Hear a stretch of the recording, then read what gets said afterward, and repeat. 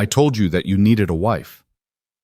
The words cut through the silence of the Montana dawn like a whip crack.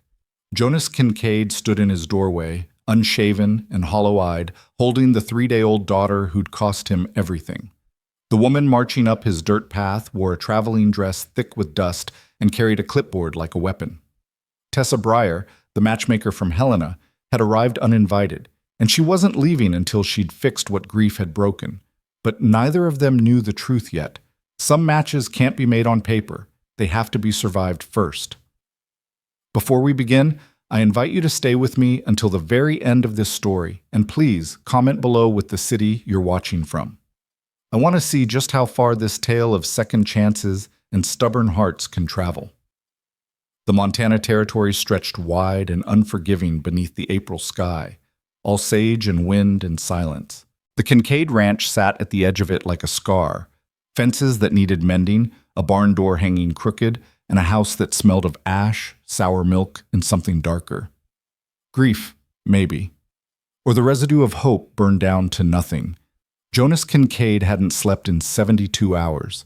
He stood in the doorway with the baby against his chest, her tiny fist knotted in his shirt, her mouth open in that terrible exhausted silence that comes after too much crying. She was wrapped in a blanket stitched by hands he'd never feel again, and every time he looked at her face, Evelyn's nose, Evelyn's chin, his chest seized up so hard he couldn't breathe.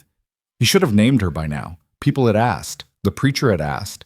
Even the Simmons woman who'd brought casseroles and soft condolences had asked, gently, what he planned to call the child. Jonas had no answer. Naming her felt like admitting she was real, admitting she was staying, admitting that Evelyn was gone and this tiny, fragile thing was all he had left to hold on to, or to fail. So he called her nothing. He fed her when she cried. He changed her when she needed it. He stared at the ceiling at night and tried not to think about how easy it would be to let go. And then Tessa Breyer arrived. Yes, she came up the path on foot, leading a rented mare by the reins, her skirt hitched up to keep the hem out of the dust.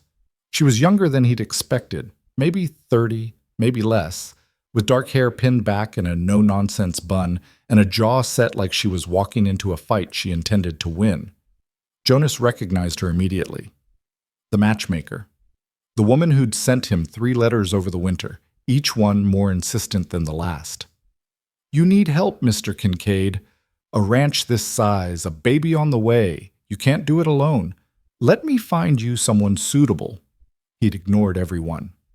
"Mr. Kincaid."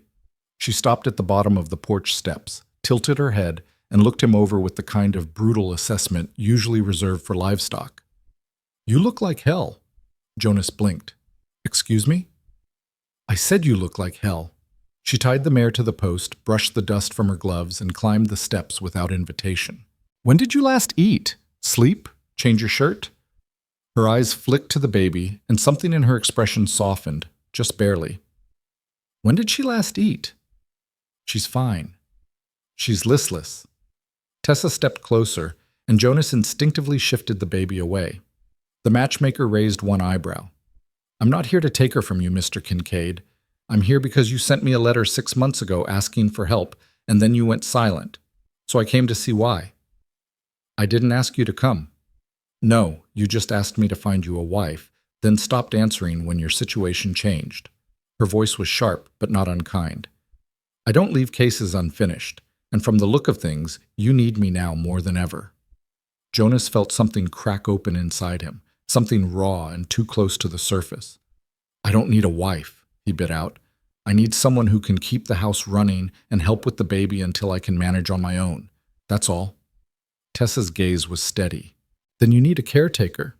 "Fine, a caretaker. One you'll let inside your house. One you'll actually listen to when she tells you you're running yourself into the ground."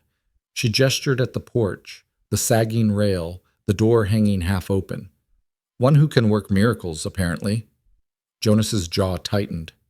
"If you're here to lecture me—" "I'm here," Tessa interrupted quietly, "because I told you 6 months ago that you couldn't do this alone. And I was right." She met his eyes, unflinching. "So let me help." The baby stirred against his chest, whimpering, a thin, tired sound that made his stomach twist. He didn't have the strength to argue, didn't have the strength to send her away. "Just until the first candidate arrives," he said finally. "Then you're done." Tessa smiled, small and knowing. "We'll see." She moved through the house like a storm, efficient, relentless, utterly unimpressed by the mess Jonas had let accumulate.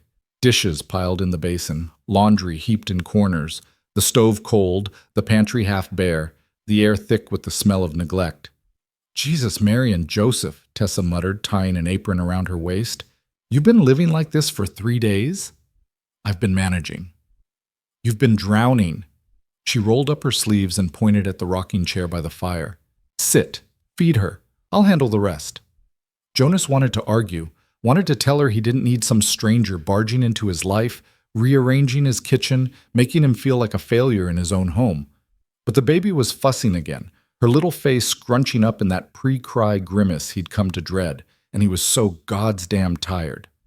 So he sat. Tessa worked in silence for a while, sleeves rolled to her elbows, hair starting to slip loose from its pins.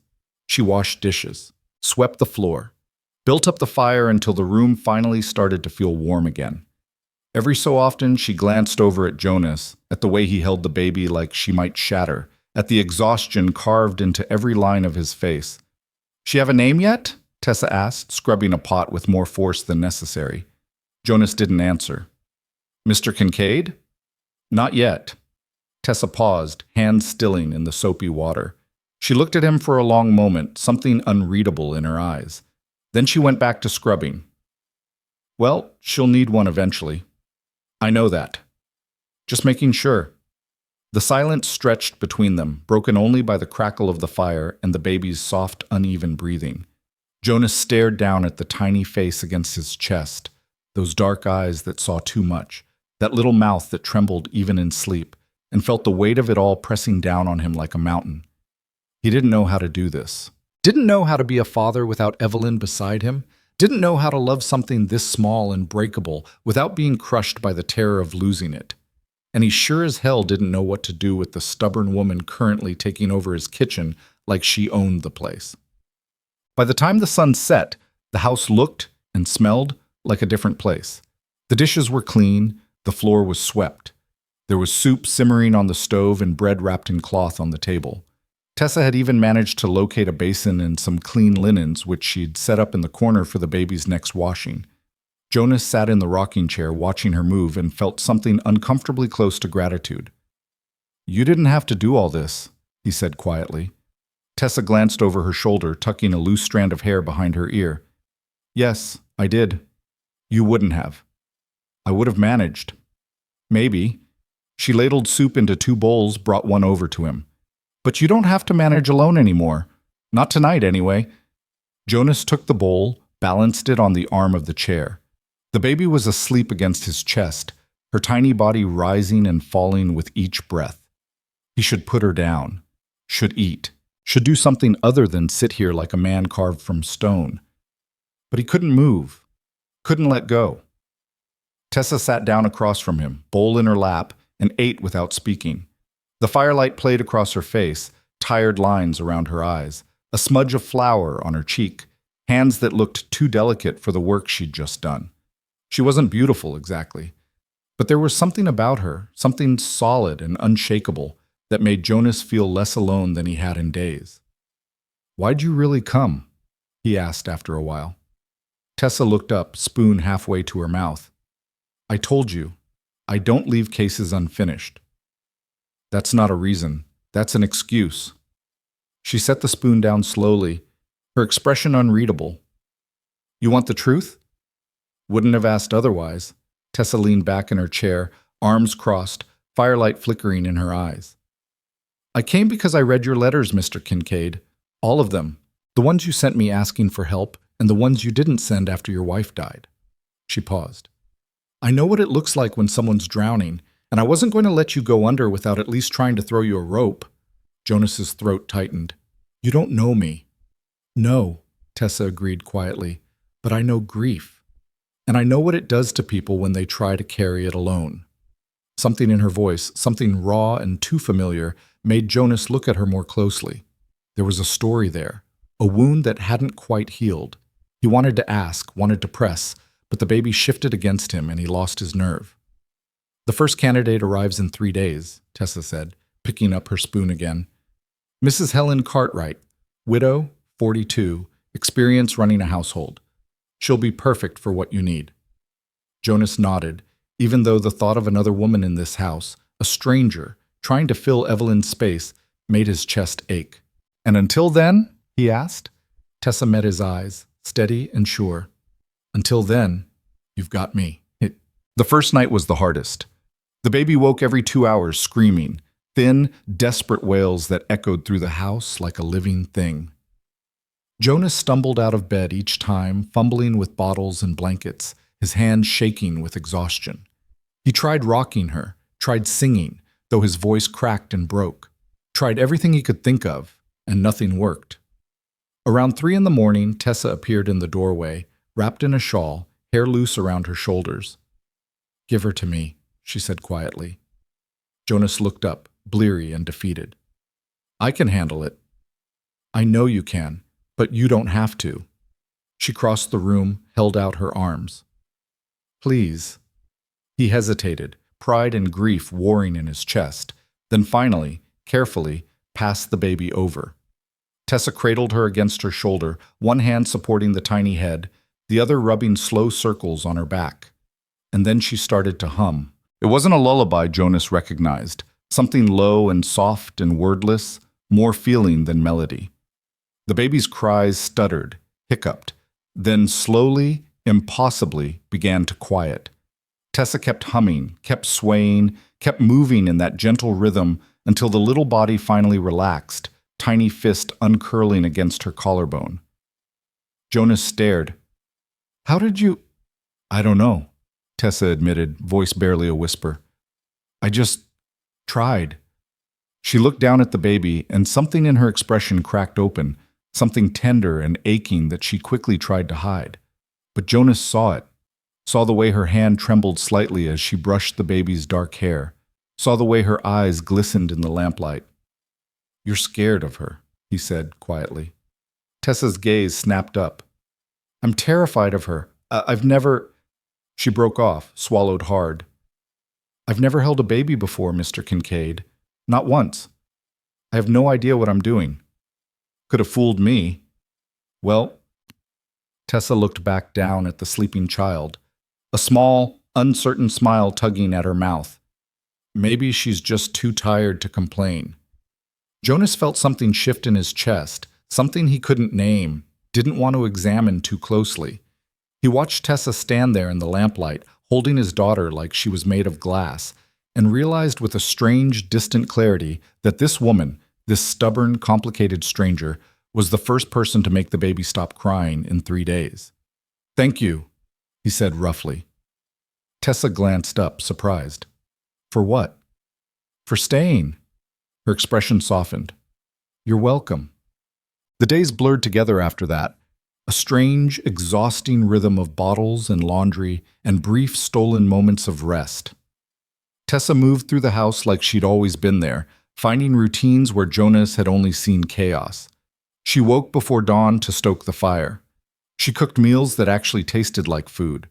She sang to the baby when Jonas's voice gave out, told stories when the silence grew too heavy, and somehow, convinced the tiny, angry creature to sleep for more than an hour at a time.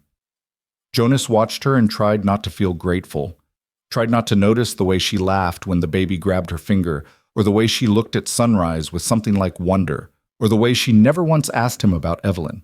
He told himself it didn't matter, told himself she was just here to help until the candidates arrived, and then she'd be gone, and everything would go back to the way it was supposed to be. But late at night, when they sat together by the baby's basket, trading quiet shifts and quieter words, Jonas started to wonder if maybe, just maybe, he'd been lying to himself all along.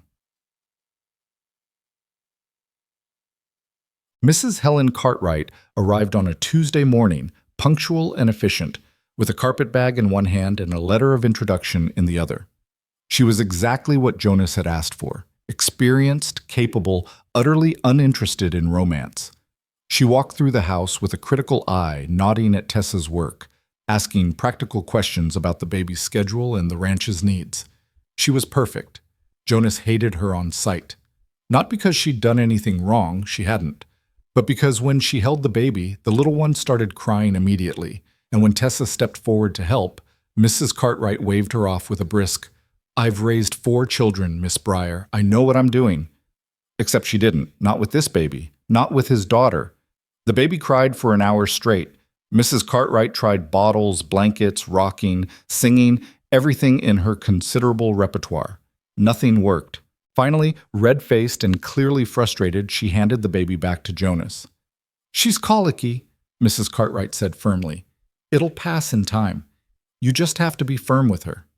Jonas looked down at his daughter's tear-streaked face and felt something cold settle in his gut. "I don't think, Mr. Kincaid," Mrs. Cartwright's voice was kind but unyielding. "I understand you're grieving, but babies need structure, discipline. If you coddle her now, you'll regret it later." Across the room, Tessa went very still. "Thank you for your time, Mrs. Cartwright," Jonas heard himself say, "but I don't think this is going to work." The woman blinked. "I beg your pardon?" "I said it's not going to work. I'll pay you for the trip, but I need you to leave."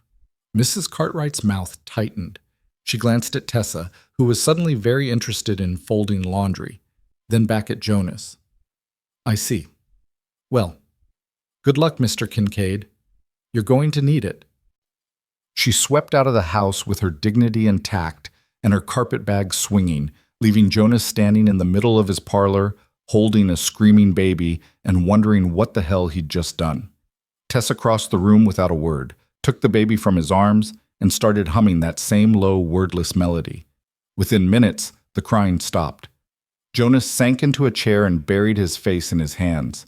"She was right, you know, and," he said hoarsely, "I'm coddling her. I'm going to ruin her before she's even old enough to walk." "No," Tessa said quietly, still swaying with the baby. "You're loving her. There's a difference." "Is there?" "Yes."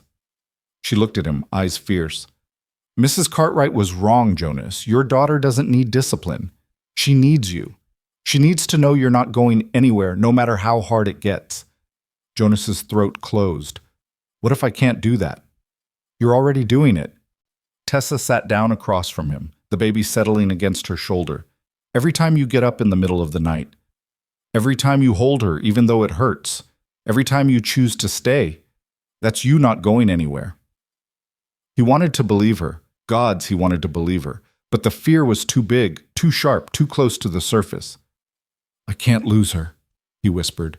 "I can't lose anyone else." "Then don't," Tessa said simply. "Don't lose her. Don't lose yourself. And don't—" She stopped, looked away. "Don't push away the people who are trying to help you." Jonas studied her profile. The stubborn set of her jaw, the way her hand cradled his daughter's head like it was the most natural thing in the world. And he realized, with a clarity that was equal parts terrifying and inevitable, that he didn't want her to leave. Not when the next candidate arrived. Not ever. But he couldn't say that. Couldn't ask that. Because asking meant hoping, and hoping meant risking, and he'd already lost too much to risk anything else. So he just nodded, and let the silence fill the space where the words should have been.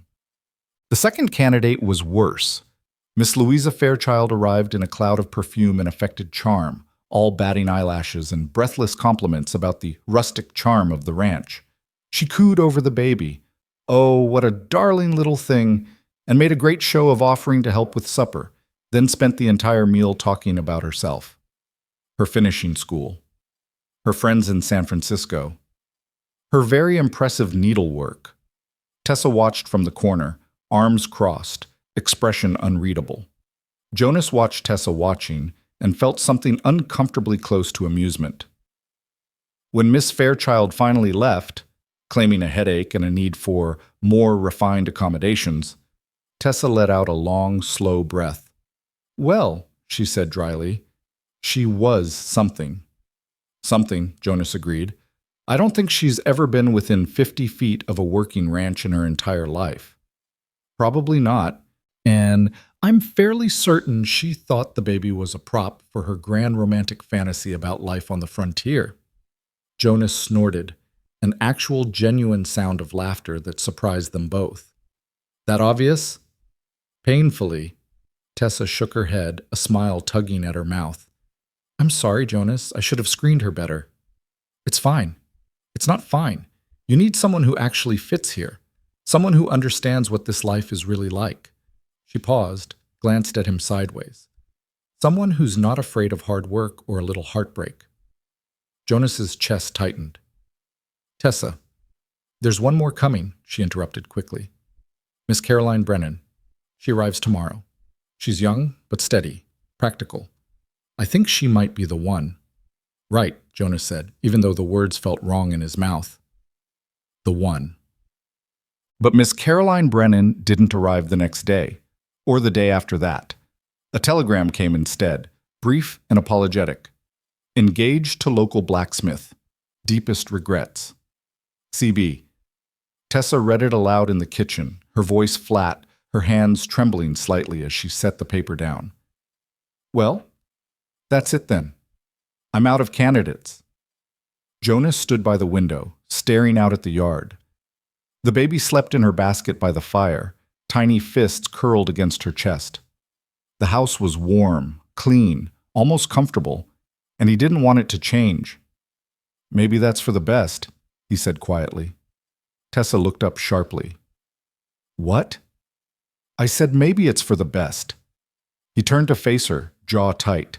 None of them were right. You said so yourself. That's because you didn't want them to be right.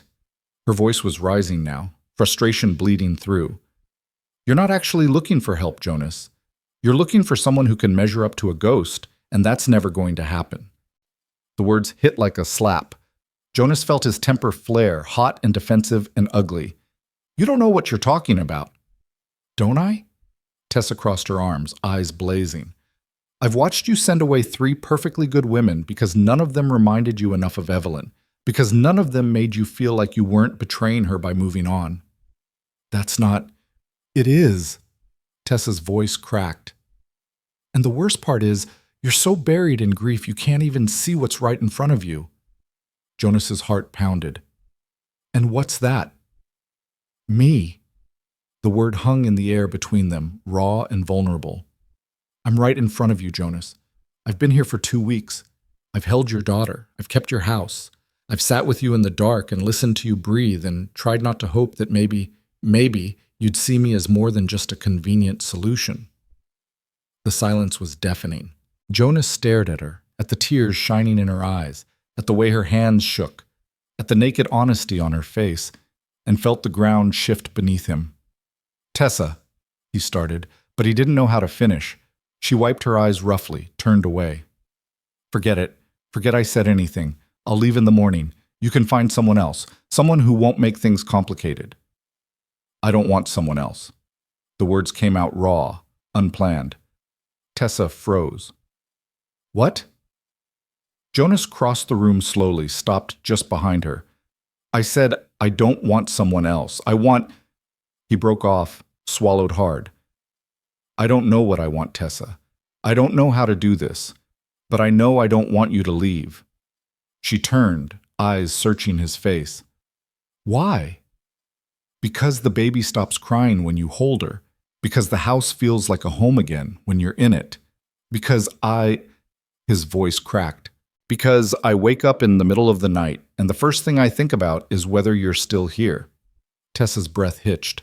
Jonas, I'm not asking you to stay forever, he said quickly. I'm not asking you to be anything you don't want to be. He met her eyes, desperate and honest. I just need more time to figure out what this is, to figure out if I'm allowed to feel something other than grief. Tessa reached up, cupped his face in her hands. You're allowed, she whispered. You're allowed to live, Jonas. To love again. To be something more than just a man drowning in the past.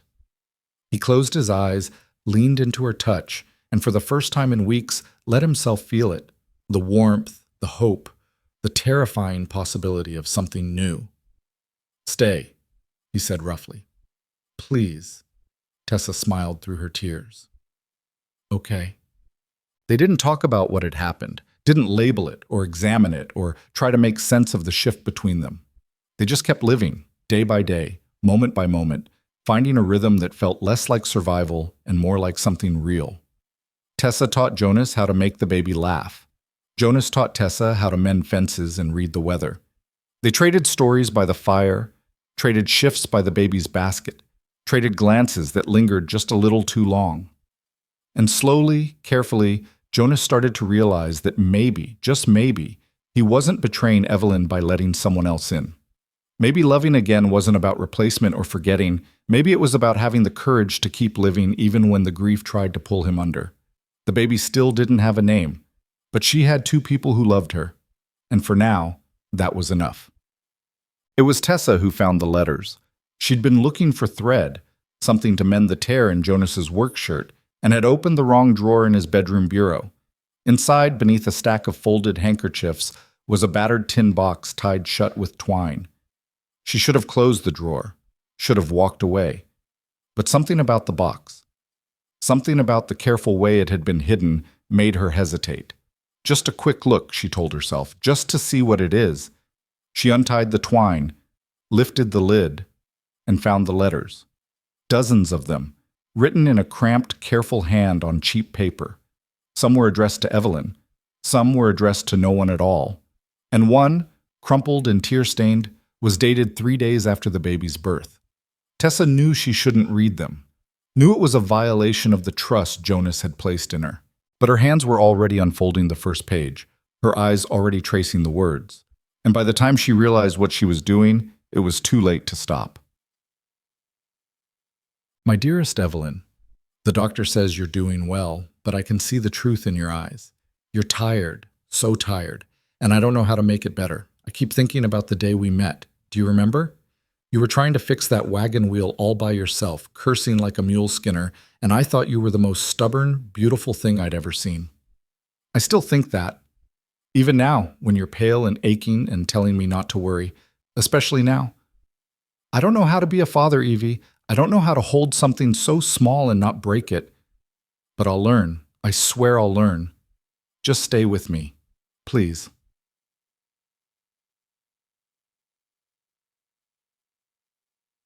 Tessa's hands were shaking by the time she reached the last letter, the one dated after Evelyn's death. She almost didn't read it, almost folded it back up and put everything away and pretended she'd never seen any of it. But she couldn't. Not now. So, Evelyn, you're gone. The baby's here, and I don't know how to do this without you. I keep expecting you to walk through the door, to tell me I'm holding her wrong, to laugh at me for being so scared. But you're not coming back. I know that. I know it in my bones. Everyone keeps saying I need to be strong. For her, for the ranch, for myself. But I don't feel strong. I feel like I'm drowning, and every time I look at her face, your face, I go under a little more. I don't know if I can do this, Evie. I don't know if I'm brave enough. But I'll try. Because she's ours. And I owe you that much. I love you. I'll always love you. But I don't know how to let you go.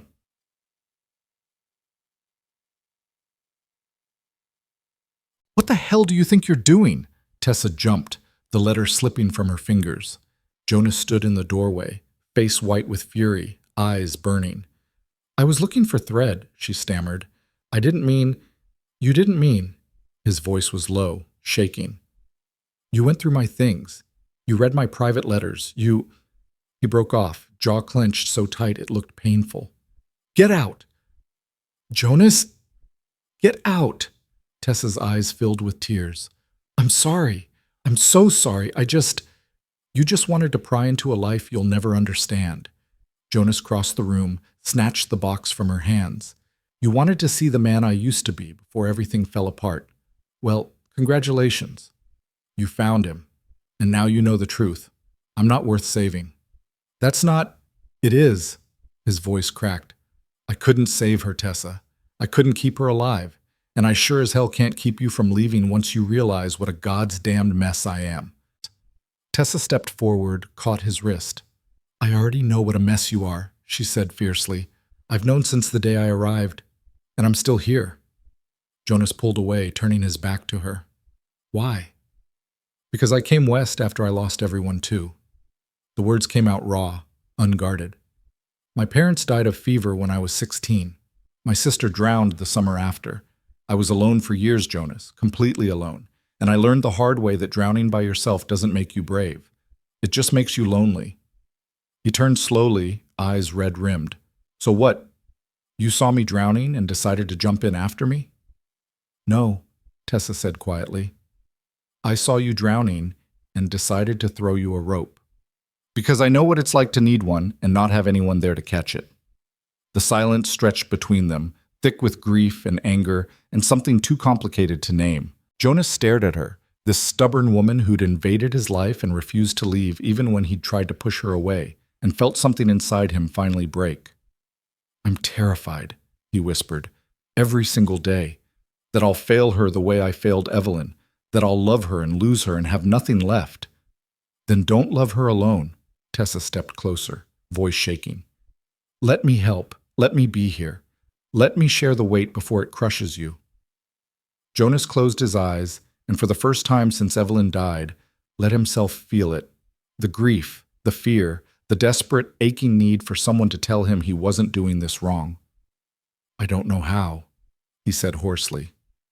Tessa reached up, cupped his face in her hands. Neither do I, but we'll figure it out together. And then, before he could think better of it, Jonas kissed her. It wasn't romantic, wasn't gentle. It was desperate and messy and tasted like salt from the tears neither of them were trying to hide anymore. But it was real. And when they finally pulled apart, gasping and trembling, Jonas realized something that should have terrified him but didn't. He wanted her to stay. Not as a caretaker, not as a convenient solution. As Tessa. As the woman who'd seen him at his worst and hadn't flinched. I'm sorry, he said roughly. For yelling, for... Don't, Tessa interrupted. Don't apologize for being human. I read your list, Jonas admitted. The one you left on the table, the one with all the candidates. Tessa went very still. And? Your name wasn't on it. She looked away, cheeks flushing. Of course it wasn't. I'm the matchmaker, Jonas, not the match. Why not? Because... She broke off, swallowed hard. Because I never thought you'd choose me. Jonas took her hands, held them tight. I'm choosing you now. Tessa's breath hitched. What? I'm choosing you, he repeated, voice steady. If you'll have me. If you'll have us. This broken house and this unnamed baby, and this man who doesn't know what he's doing half the time. Tears spilled down Tessa's cheeks. Yes, she whispered. Yes. They stood there in the lamplight, holding each other like lifelines. And for the first time since Evelyn died, Jonas let himself believe that maybe, just maybe, he could survive this. That maybe love wasn't a betrayal of the past, but a promise to the future. That maybe he was allowed to live again. The storm came in the middle of the night, wind howling down from the mountains, snow piling up in drifts against the windows. Jonas woke to the sound of the baby crying, but this time it was different, sharper, more urgent. He stumbled out of bed, heart pounding, and found Tessa already in the nursery, the baby in her arms, face pale. She's burning up, Tessa said, voice tight with fear. Jonas crossed the room in 3 strides, pressed his hand to the baby's forehead. She was hot, unnaturally hot, her tiny body trembling, her cries thin and weak. We need to cool her down, he said, already moving. Cold cloths, water, now. They worked through the night, trading the baby back and forth, pressing cool cloths to her feverish skin, trying to coax broth past her lips. The storm raged outside, wind rattling the windows, snow piling higher and higher. There was no way to get to town, no way to fetch a doctor. They were alone.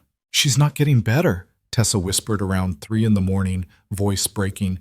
Jonas, she's not. She will, Jonas said fiercely, even though his own hands were shaking. She will. But as the hours dragged on, as the baby's cries grew weaker and her body more limp, Jonas felt the old terror rising up, the same suffocating dread he'd felt the night Evelyn died, the same helpless rage at a world that took and gave nothing back. I can't do this again, he choked out, cradling the baby against his chest. I can't lose her. I can't. Tessa knelt beside him, hands covering his. "Then don't," she said quietly. "Don't give up. Don't let go. Stay here. Stay with me, and we'll fight for her together." Jonas looked at her, this woman who'd walked into his grief and refused to leave, who'd held his daughter when he couldn't, who'd seen the worst of him and chosen to stay, and felt something shift inside him. Something like courage. Something like hope. "What should we do?" he asked hoarsely. "We pray," Tessa said simply. "And we love her, and we don't stop fighting." So they did. They sat together through the long, dark hours, holding the baby between them, whispering prayers and promises and all the desperate, foolish things people say when they're trying to bargain with fate. Tessa sang her wordless lullaby. Jonas told stories about Evelyn, about the woman his daughter would never know but would carry in her bones. And slowly, impossibly, the baby's breathing began to even out. By dawn, the fever had broken. Mais pot. The baby slept against Tessa's chest, tiny fist curled in the fabric of her nightgown. The storm had passed. The world outside was white and still and silent. Jonas sat across from them, exhausted and hollow, and more grateful than he'd ever been in his life. "She needs a name," he said quietly. Tessa looked up, eyes red-rimmed. "What?" "She needs a name," Jonas repeated. "I can't keep calling her the baby. She's—" His voice cracked. "She's ours, and she deserves a name." Tessa's expression softened. "What were you thinking?" Jonas looked at the tiny face against Tessa's shoulder. Evelyn's nose, Evelyn's chin, but something entirely her own in the way she held on, in the way she fought. And he thought about the word Tessa had used the night before, the word that had kept him going when he wanted to give up. "Mercy," he said quietly. Tessa's eyes filled with tears. "Mercy?" "Because that's what you gave me," Jonas said roughly. "The courage to love again, the strength to keep fighting, the mercy of not having to do this alone." He met her eyes, steady and sure. "And that's what she is, our second chance, our mercy." Tessa smiled through her tears, looked down at the sleeping baby. "Hello, Mercy," she whispered. "Welcome home." The weeks that followed felt like learning to breathe underwater. Necessary, difficult, and occasionally terrifying, but somehow they managed it together. Spring was fighting its way into Montana, the snow melting in patches across the yard, revealing brown grass and mud and the promise of green things to come. The ranch slowly came back to life under Jonas's careful attention, and the house, once so full of grief it had felt like a tomb, began to transform into something that almost resembled a home. Mercy grew stronger each day. Her cries became less frantic, more purposeful. She learned to track movement with her dark eyes, to grip fingers with surprising strength, to make small cooing sounds that might have been the beginning of laughter. And she learned, without question, that Tessa's voice meant safety, that Jonas's arms meant warmth, that the two of them together meant she would never be alone. But naming her hadn't solved everything. Jonas still woke in the middle of the night sometimes, chest tight with panic, convinced something terrible was about to happen. He still caught himself reaching for Evelyn in those half-awake moments, still felt the shock of her absence like a physical blow, and he still didn't know how to reconcile the man he'd been with the man he was becoming, the one who'd loved his wife with everything he had, and the one who was starting to feel something dangerously close to love for the woman currently singing to his daughter in the kitchen.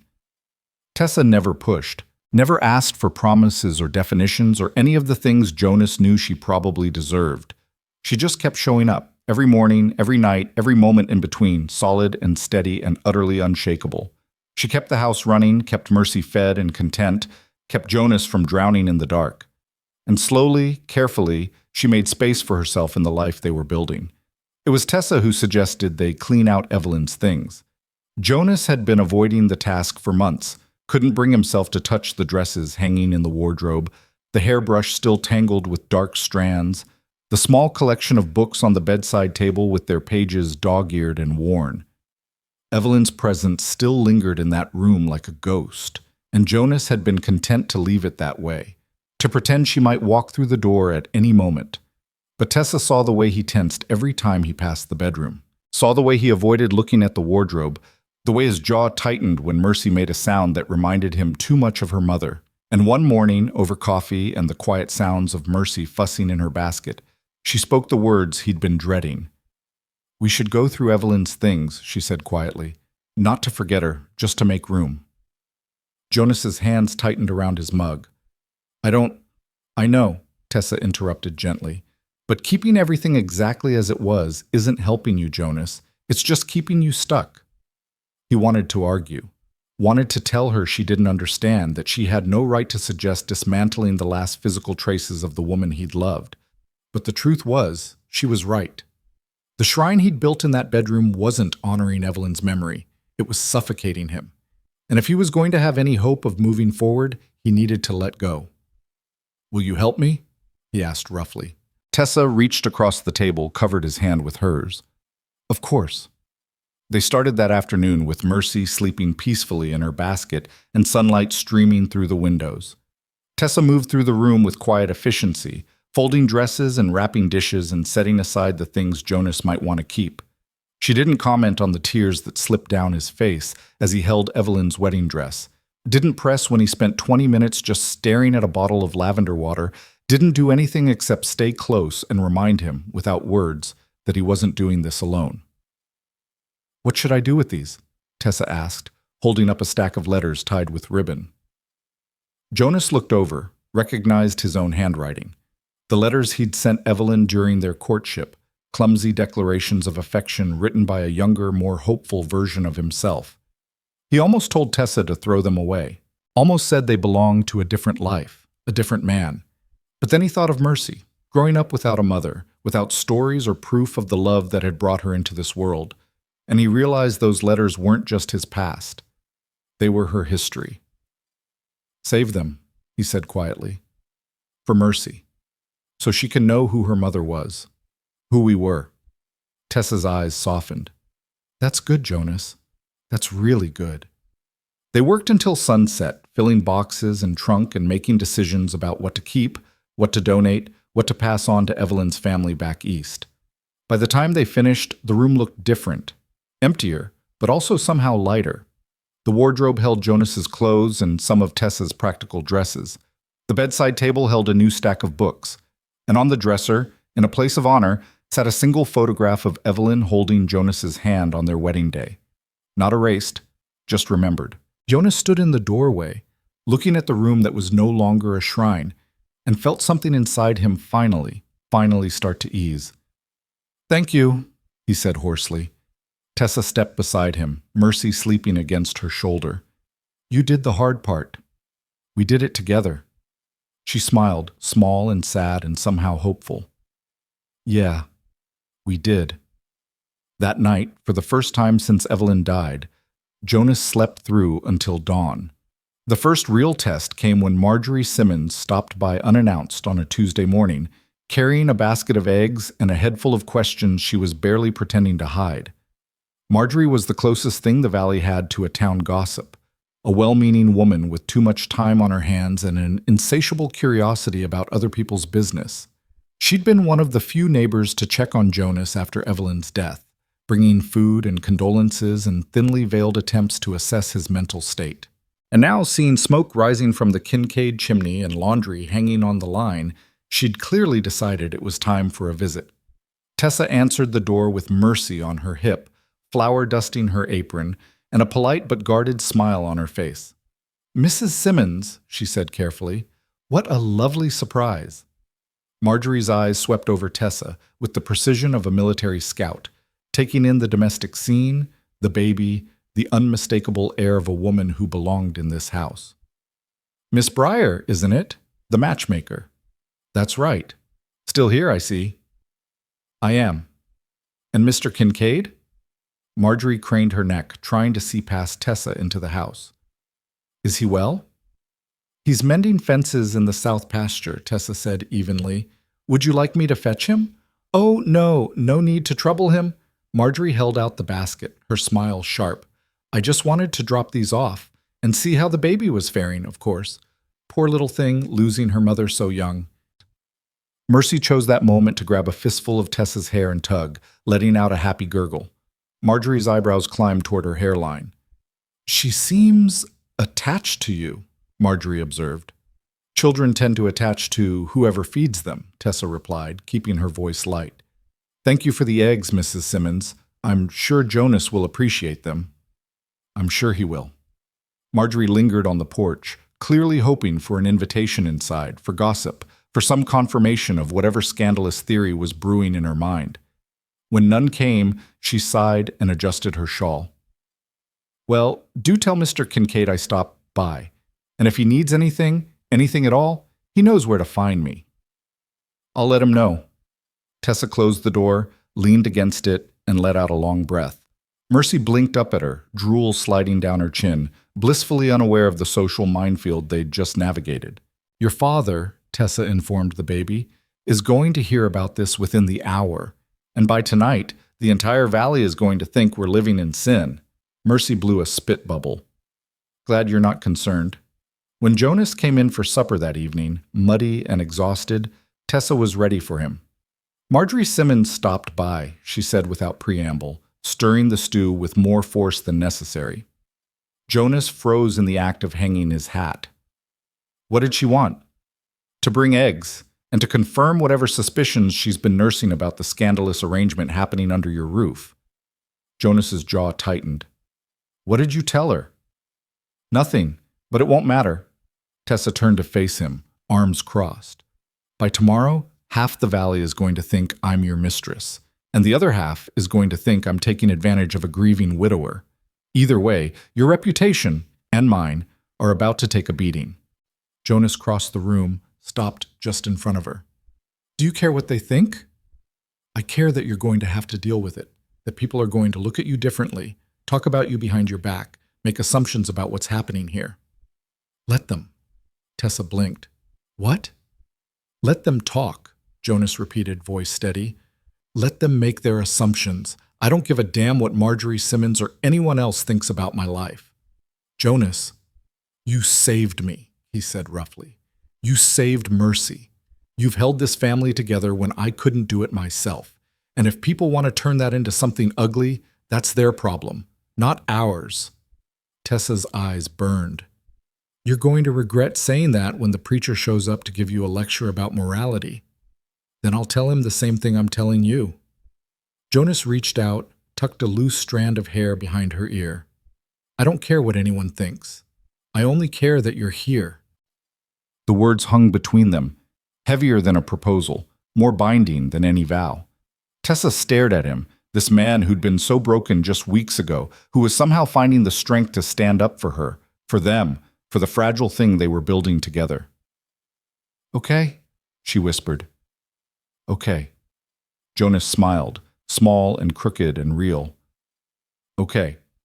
Behind them, Mercy let out an indignant wail, reminding them both that she was, as always, the center of the universe and would not be ignored.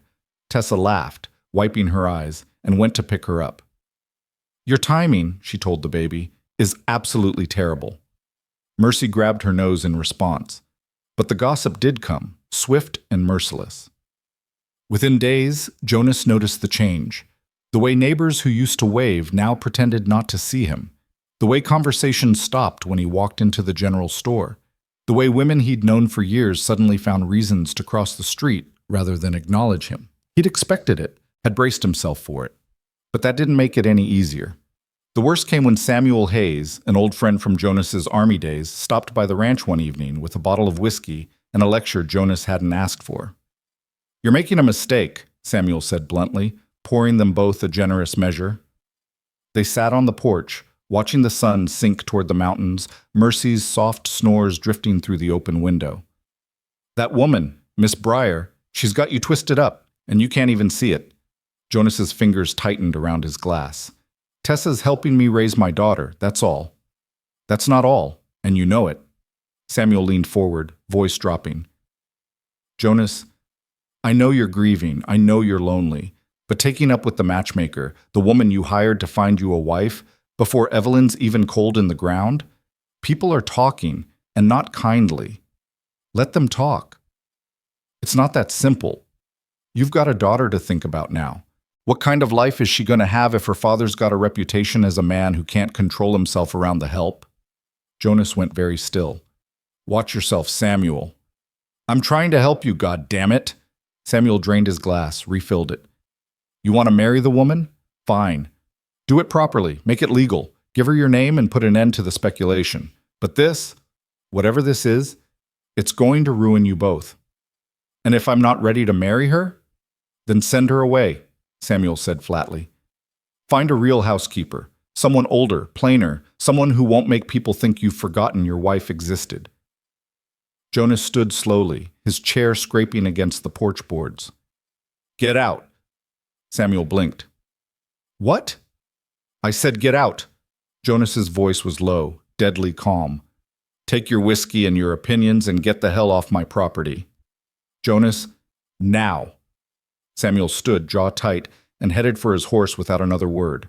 Jonas watched him ride away, his chest heaving, his hands shaking with the effort of not putting his fist through the nearest wall. Behind him, the door creaked open. Tessa stepped out, arms wrapped around herself, face pale. How much of that did you hear?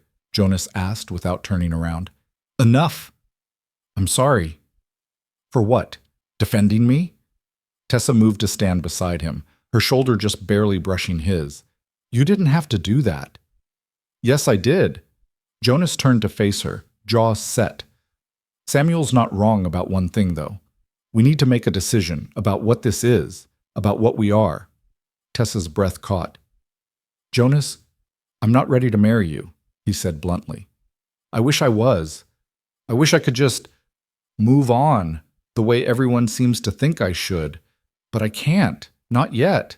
Evelyn's only been gone 4 months, and I'm still... His voice cracked. I'm still figuring out how to live without her. Tessa nodded slowly, eyes bright with unshed tears. I know, but I don't want you to leave, Jonas continued roughly. I don't want to go back to doing this alone. And I don't want to care what the whole damn valley thinks about us. Then don't, Tessa said quietly. Don't care. Don't explain. Don't justify. Just let me stay, and we'll figure out the rest as we go.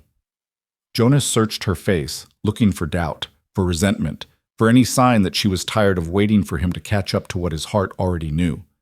But all he saw was patience, understanding, the same stubborn loyalty that had kept her here from the beginning. You deserve better than this, he said hoarsely. Better than half measures and gossip and a man who doesn't know what he wants. Tessa reached up, cupped his face in her hands. I deserve to choose for myself what I want, she corrected gently. And I choose this. I choose you. I choose mercy. Even if it's messy, even if it's complicated, even if the whole valley thinks I've lost my mind. But Jonas closed his eyes, leaned into her touch. What if I never... Don't, Tessa interrupted. Don't borrow trouble. Don't try to predict a future neither of us can see. Just be here, now, with me. So he kissed her. Not desperate this time, not frantic, just honest. A promise without words, a commitment without contracts, a way of saying I'm trying when he didn't have any other language for what he felt. When they pulled apart, both breathing hard, Tessa smiled, sad and hopeful and a little bit broken, just like him. We'll figure it out, she whispered. Yeah, Jonas agreed roughly. We will. But figuring it out proved harder than either of them had anticipated. The gossip intensified over the following weeks, spreading through the valley like wildfire. Women whispered behind their hands at church. Men gave Jonas long, assessing looks at the feed store. Even the preacher stopped by, ostensibly to check on Mercy's spiritual welfare, but really to deliver a thinly veiled sermon about propriety and the appearance of sin. Jonas endured it all with gritted teeth and clenched fists, but Tessa bore the worst of it. She couldn't go into town without drawing stares, couldn't attend the women's prayer circle without feeling the weight of judgment pressing down on her. And when Martha Hendricks, the doctor's wife, made a pointed comment about certain women who take advantage of vulnerable men, Tessa finally snapped. I'm not taking advantage of anyone, she said clearly, her voice cutting through the sudden silence in the general store. Every head turned, every conversation stopped. Tessa lifted her chin, refusing to look away. Mr. Kincaid needed help, I provided it. If that offends your sensibilities, Mrs. Hendricks, perhaps you should examine why the idea of a woman doing honest work for fair pay makes you so uncomfortable." Martha's face went red. "That's not what I—" "Yes," Tessa interrupted coldly. "It is. You think I'm scheming. You think I'm manipulating a grieving widower into compromising himself. But the truth is much simpler and much less interesting. I'm a woman doing a job. Nothing more, nothing less." She paid for her purchases, gathered her packages, and walked out with her head high and her hands shaking. It wasn't until she was halfway home, alone on the road, with nothing but sagebrush and sky for company, that she let herself cry. Jonas found her in the barn that evening, sitting in the hayloft with her arms wrapped around her knees, staring at nothing. "Heard what happened in town," he said quietly, climbing up to sit beside her. "I'm sure you did. I'm sure the whole valley heard. Martha Hendricks is a self-righteous busybody who's been looking for an excuse to feel superior to someone since the day she married the doctor. Doesn't make her wrong." Jonas turned to look at her, saw the tear tracks on her cheeks, the defeat in the slump of her shoulders. "She's wrong. About you. About us. About everything." "Is she?" Tessa's voice was small, broken. "Because from where I'm sitting, Jonas, she's right. I am taking advantage. I'm living in your house, caring for your daughter, letting people assume I'm something more than hired help. And I'm doing it because I'm selfish enough to want to stay, even when I know it's making your life harder." "You're not—" "I am," Tessa interrupted. "I'm selfish and foolish and so desperately lonely that I've convinced myself this, whatever this is enough. But it's not fair to you, and it's not fair to Mercy. She deserves better than a father whose reputation is ruined and a woman who's too scared to leave." Jonas caught her wrist, held tight. "Is that what you think? That you're making things worse? Aren't I?" "No." His voice was fierce, uncompromising. "Tessa, you're the only reason I'm still standing, the only reason Mercy is thriving, the only reason this house feels like anything other than a tomb. So don't you dare apologize for being here." Tessa's breath hitched. "But the gossip. To hell with the gossip." Jonas pulled her closer, made her look at him. "I don't care what Martha Hendricks or Samuel Hayes or anyone else thinks. I only care that you're here, that you're staying, that I don't have to do this alone." "Jonas." "Marry me." The words fell between them like stones dropping into still water. Tessa stared at him, eyes wide, mouth open, and for a long moment neither of them moved. "What?" she finally whispered. Jonas swallowed hard, his heart pounding so loud he could barely hear himself think. "Marry me," he repeated, "not because of the gossip, not because it's the proper thing to do, but because—" He broke off, searched for words that felt true. "Because I don't want to lose you, because Mercy needs you, because when I think about the future, I can't picture it without you in it." Tessa's eyes filled with tears. "You said you weren't ready." "I wasn't. Maybe I'm still not. But I'm tired of letting fear make my decisions." Jonas reached up, brushed the tears from her cheeks. "I loved Evelyn. I'll always love her. But she's gone, Tessa, and you're here, and I want—" His voice cracked. "I want to choose living. I want to choose you." Tessa closed her eyes, more tears spilling over. "What if you regret it? What if 6 months from now you wake up and realize you've made a terrible mistake? Then we'll deal with it together." Jonas took her hands, held them between his own. "I can't promise you I'll be perfect. I can't promise I won't still grieve. But I can promise I'll try. Every single day, to be the man you deserve, to give you the life you should have." Tessa opened her eyes, looked at him with something raw and vulnerable and achingly hopeful.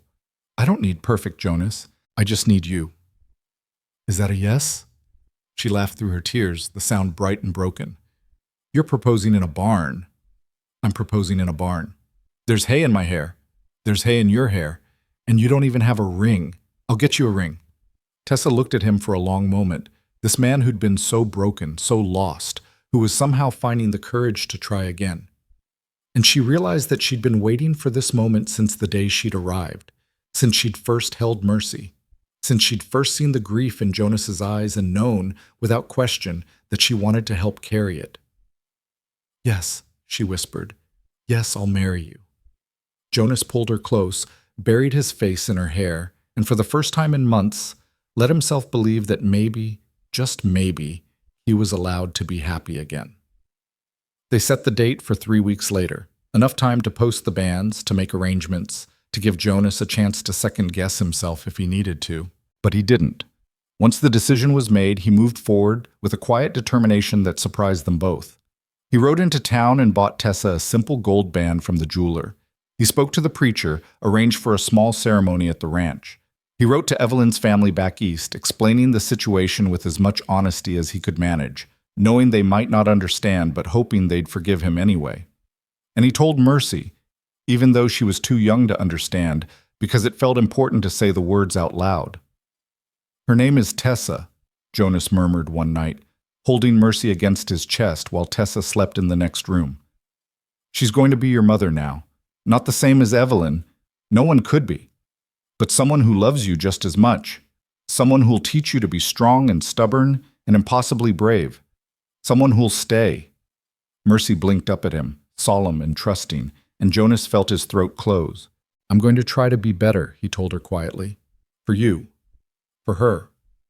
For all of us. I don't know if I can do it, but I'm going to try. Mercy yawned, unimpressed by his existential crisis, and promptly fell asleep. Jonas smiled despite himself, pressed a kiss to her forehead, and carried her back to her basket. And when he climbed into bed beside Tessa, carefully, so as not to wake her, he let himself imagine, just for a moment, what their life might look like on the other side of this. A family, messy and imperfect and real. A home that wasn't haunted. A future that didn't feel like betrayal. It wasn't much, but it was more than he'd let himself hope for in a long time. The morning of the wedding dawned clear and bright, the kind of perfect spring day that felt like a blessing. Tessa woke early, nerves fluttering in her stomach, and found Jonas already up, standing on the porch with Mercy in his arms, watching the sunrise over the mountains. Couldn't sleep? She asked, stepping out to join him. Jonas glanced over, a small smile tugging at his mouth. Didn't want to miss this. The sunrise? The last morning before everything changes. Tessa moved closer, leaned against the railing beside him. Are you scared? Terrified, Jonas admitted. You? Completely. They stood in silence for a moment, watching the light spill across the valley, turning everything gold. Mercy dozed against Jonas's shoulder, oblivious to the magnitude of the day ahead. We don't have to do this, Tessa said quietly. If you're not ready... I'm ready, Jonas interrupted. I'm scared, but I'm ready. There's a difference. Tessa reached out, took his free hand. Then let's do this. Yeah, Jonas agreed, squeezing her fingers. Let's do this. The ceremony was small, just Jonas, Tessa, Mercy, the preacher, and a handful of witnesses who'd come out of curiosity more than goodwill. Marjorie Simmons stood in the back with her arms crossed, her expression suggesting she was already composing the letter she'd write to her sister about this scandalous affair. Samuel Hayes had declined the invitation entirely, sending a curt note that Jonas had thrown in the fire without reading past the first line. But there were a few friendly faces. The Donnelly family from the neighboring ranch, who'd lost their own mother years ago and understood grief better than most. Old Thomas Creek, the blacksmith, who'd known Jonas since he was a boy and had simply clapped him on the shoulder and said, "About damn time." And surprisingly, Dr. Hendricks himself, who'd come without his wife and carried a small package wrapped in brown paper that turned out to be a silver rattle for Mercy. Martha sends her regrets, Dr. Hendricks had said diplomatically, though his eyes suggested he knew exactly what kind of regrets his wife was nursing. But I wanted you both to know that not everyone in this valley has lost their sense. It was something. Not much, but something. Tessa stood in the bedroom that had once been Evelyn's, staring at her reflection in the small mirror Jonas had hung on the wall. She wore a simple blue dress, the nicest thing she owned, pressed and mended and entirely inadequate for the occasion. No white gown, no veil, no flowers in her hair. Just a woman about to marry a man she'd known for less than 2 months, in a house still haunted by his first wife's memory, with a valley full of people who thought she was either a schemer or a fool. You look beautiful, Jonas said from the doorway. Tessa, startled, turned to find him watching her with an expression she couldn't quite read. He wore a clean shirt, dark trousers, his hair still damp from washing. He looked nervous, hopeful, terrified. She felt the same. "I look ordinary," she corrected, smoothing her hands down her skirt. "But thank you for lying." Jonas crossed the room, stopped just in front of her. "I'm not lying, you look—" He paused, searching for words. "You look like yourself, and that's all I want." Tessa's eyes burned. "Jonas, I need to tell you something," he interrupted quietly, "before we do this. Before it's too late to change your mind." Her heart stuttered. "What is it?" Jonas reached into his pocket, pulled out a small, worn photograph. Evelyn's wedding picture, the same one that now sat on the dresser. "I'm not giving her up," he said roughly. "Marrying you doesn't mean forgetting her. It doesn't mean pretending she never existed. And if that's not something you can live with—" "Stop," Tessa said softly. She took the photograph, looked down at the woman who'd loved this man first, who'd given him a daughter and a life and a grief that would probably never fully fade. "I don't want you to forget her, Jonas. I never did. Mercy deserves to know her mother, and you deserve to keep loving the woman who made you who you are." Jonas's jaw worked. "Even if it means you're always sharing me with a ghost?" "Even then." Tessa handed the photograph back, met his eyes. "I'm not trying to replace her. I'm just trying to build something new. With you, with Mercy. Something that honors what came before without being trapped by it." Jonas stared at her for a long moment, something raw and grateful and achingly vulnerable in his expression. Then he pulled her close, pressed his forehead to hers, and whispered, "I don't deserve you." "Probably not," Tessa agreed, her voice shaking with emotion and unexpected laughter. "But you're stuck with me anyway."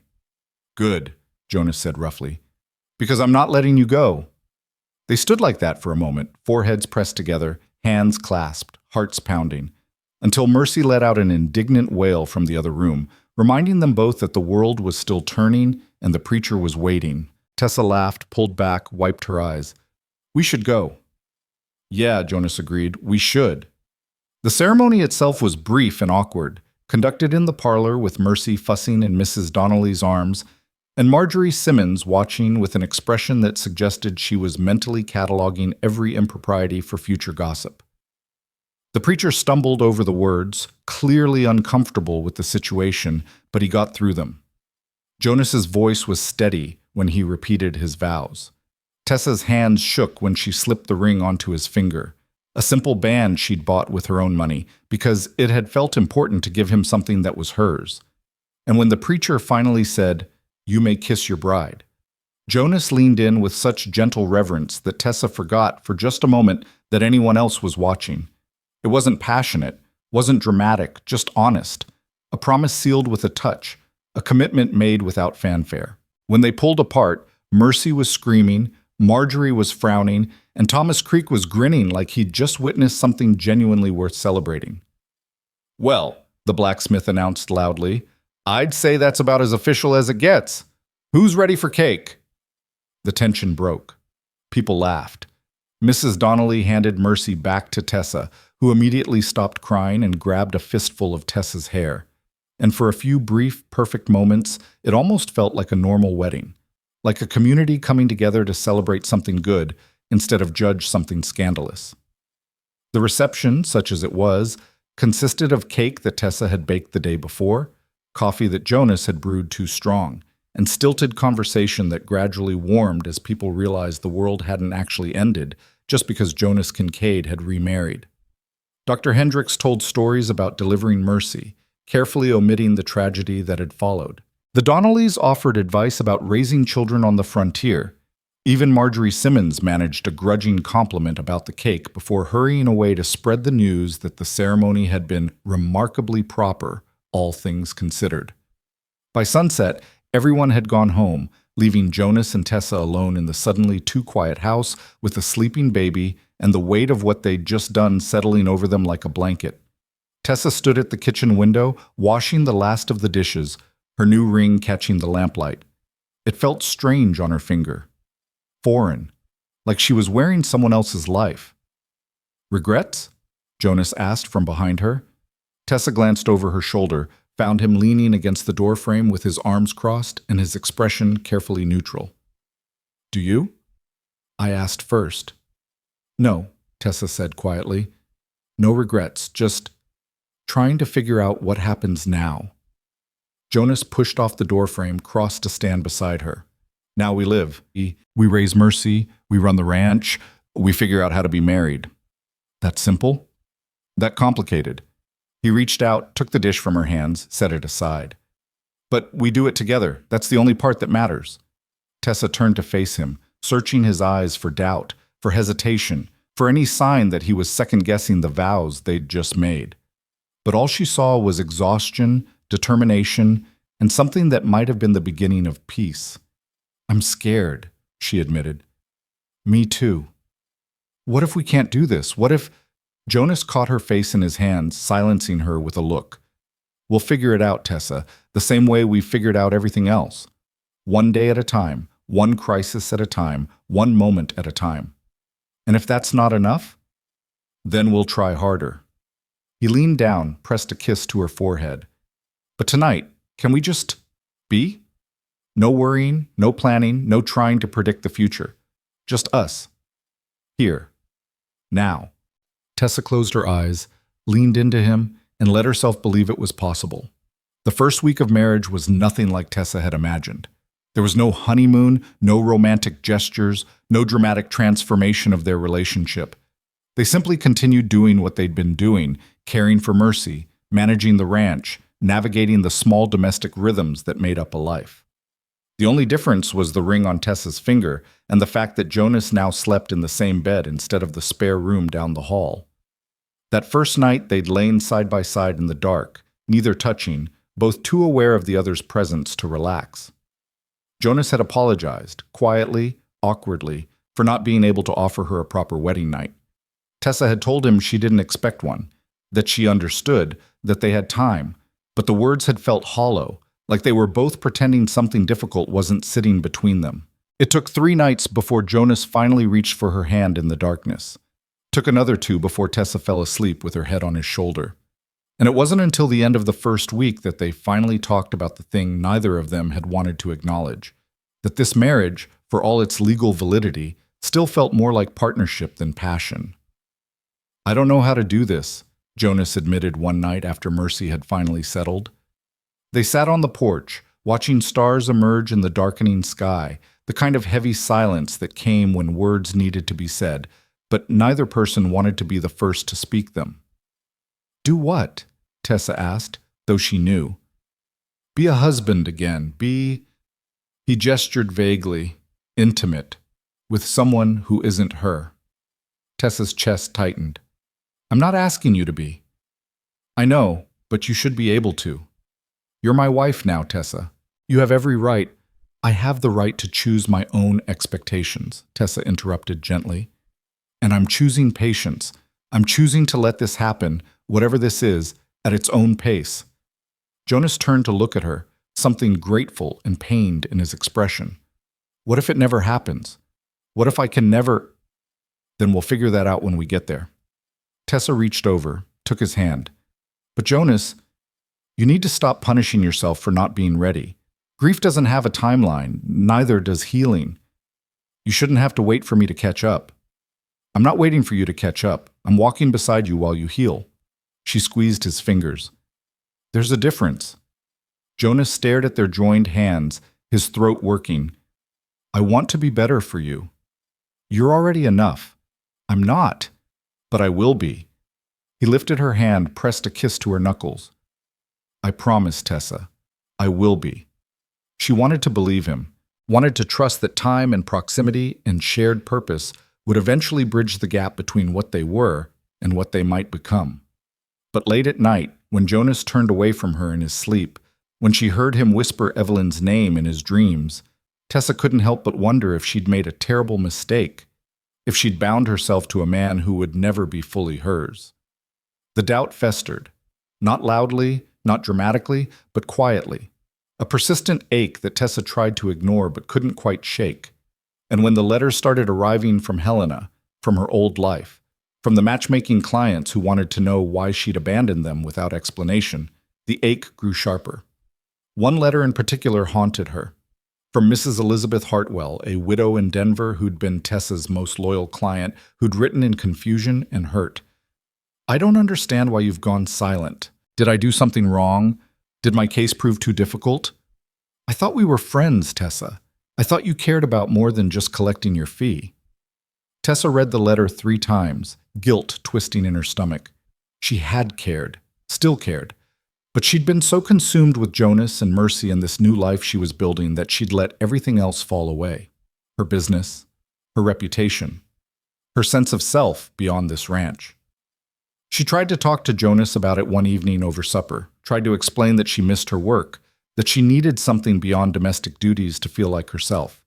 But Jonas had been distracted, worried about a sick cow in the south pasture, and he'd simply nodded and said, "Of course, whatever you need," without really hearing her. Tessa had let it drop, had told herself it wasn't important, that she was being selfish for wanting more when she already had so much. But the feeling didn't go away. It just burrowed deeper, settling into that space where doubt lived, whispering that maybe she'd traded one kind of loneliness for another. The breaking point came 3 weeks into the marriage when Jonas forgot their anniversary. It was a small thing, foolish even, to expect him to remember when they'd only been married 21 days. But Tessa had hoped, quietly and without saying anything, that he might acknowledge it, might bring her flowers from the field or make some small gesture that said, "I'm trying, I see you, you matter." Instead, Jonas spent the day fixing fences and came home exhausted, smelling of sweat and leather, barely speaking through supper. When Tessa finally mentioned, carefully, that it had been 3 weeks, Jonas had looked up in genuine confusion. 3 weeks since what? The words landed like a blow. Tessa felt her face flush, felt the sharp sting of disappointment and embarrassment warring in her chest. "Since we got married." Jonas blinked. Realization dawned, followed quickly by guilt. "Tessa, I'm sorry, I didn't—" "It's fine," she said quickly, too brightly. "It was stupid to expect—" "It wasn't stupid." Jonas reached across the table, but Tessa had already stood, was already gathering the dishes with shaking hands. "Tessa, please, I'm sorry." "I said it's fine, Jonas. You've had a lot on your mind." "That's not an excuse." "Maybe not, but it's the truth." Tessa carried the dishes to the basin, kept her back to him so he wouldn't see the tears threatening. "You're still grieving. You're still adjusting. And I knew that when I married you, so it's fine. Really." But it wasn't fine, and they both knew it. Jonas tried to make it up to her, brought her wildflowers the next day, stammered through an apology that was equal parts sincere and awkward. Tessa accepted them with a smile that didn't quite reach her eyes and told him again that it was fine, that she understood, that she wasn't upset, she was lying. Not about understanding, she did understand, probably better than Jonas gave her credit for, but she was upset, hurt, and increasingly unsure whether this marriage could ever be more than a convenient arrangement between 2 lonely people who'd settled for each other because the alternative was worse. The tension between them grew, subtle but unmistakable. They were polite to each other, considerate, but the easy warmth that had existed before the wedding had cooled into something more careful, more guarded. They moved around each other like strangers sharing a house, and Mercy, intuitive even at her young age, became fussier, more demanding, as if she could sense the discord. It was Mercy, in the end, who forced the confrontation Tessa had been avoiding. The baby woke in the middle of the night, screaming, not her usual hungry cry, but something sharper, more desperate. Tessa stumbled out of bed first, muscle memory overriding exhaustion, but when she reached the nursery, she found the basket empty. Panic seized her, cold and immediate. She spun around, heart pounding, and nearly collided with Jonas in the doorway. "Where is she?" Tessa demanded. "In the kitchen. She wouldn't settle, so I—" Tessa pushed past him without waiting for the explanation, found Mercy in Jonas's makeshift bed by the stove, red-faced and furious, kicking at the blankets. She scooped the baby up, felt the too warm skin, the rapid heartbeat, and her panic shifted into something darker. "How long has she been like this?" Tessa asked sharply. Jonas appeared behind her, face drawn. "She started fussing around midnight. I didn't want to wake you, so I brought her out here, but she won't—" "She's burning up, Jonas." How long have you been letting her burn up while I slept? I wasn't letting her. I was trying to handle it so you could rest. By keeping her away from me? Tessa's voice was rising now, fear and anger tangling together. By deciding you could manage without telling me she was sick? I was trying to help. You were trying to prove you didn't need me. The words came out harder than she'd intended, sharper. Just like you've been proving it for the past 3 weeks. Ever since we got married and you realized what a mistake you'd made. Jonas went very still. That's not true. Isn't it? Tessa cradled Mercy against her chest, felt the baby's distressed breathing. You forget our anniversary. You barely speak to me unless it's about ranch business or Mercy's schedule. You sleep as far away from me as possible. You can't even look at me most of the time, Jonas. So tell me, what exactly was the point of marrying me if you were just going to shut me out? I'm not shutting you out. You are, Tessa's voice cracked. You're keeping me at arm's length, treating me like hired help, acting like this marriage is nothing more than a legal convenience. And maybe that's all it is for you. Maybe I was just the easiest solution to your problem. But it's not enough for me, Jonas. I can't live like this. Married but alone, needed but not wanted, loving someone who can't love me back. The last words hung in the air like a confession, raw and vulnerable. Jonas stared at her, face pale, and Tessa realized with horrified clarity what she'd just admitted. She loved him. Somewhere between the grief and the gossip and the sleepless nights, she'd fallen in love with this broken, complicated man. And he didn't feel the same way. Tessa, Jonas started, but she cut him off. Please don't try to fix this right now. Mercy needs a doctor.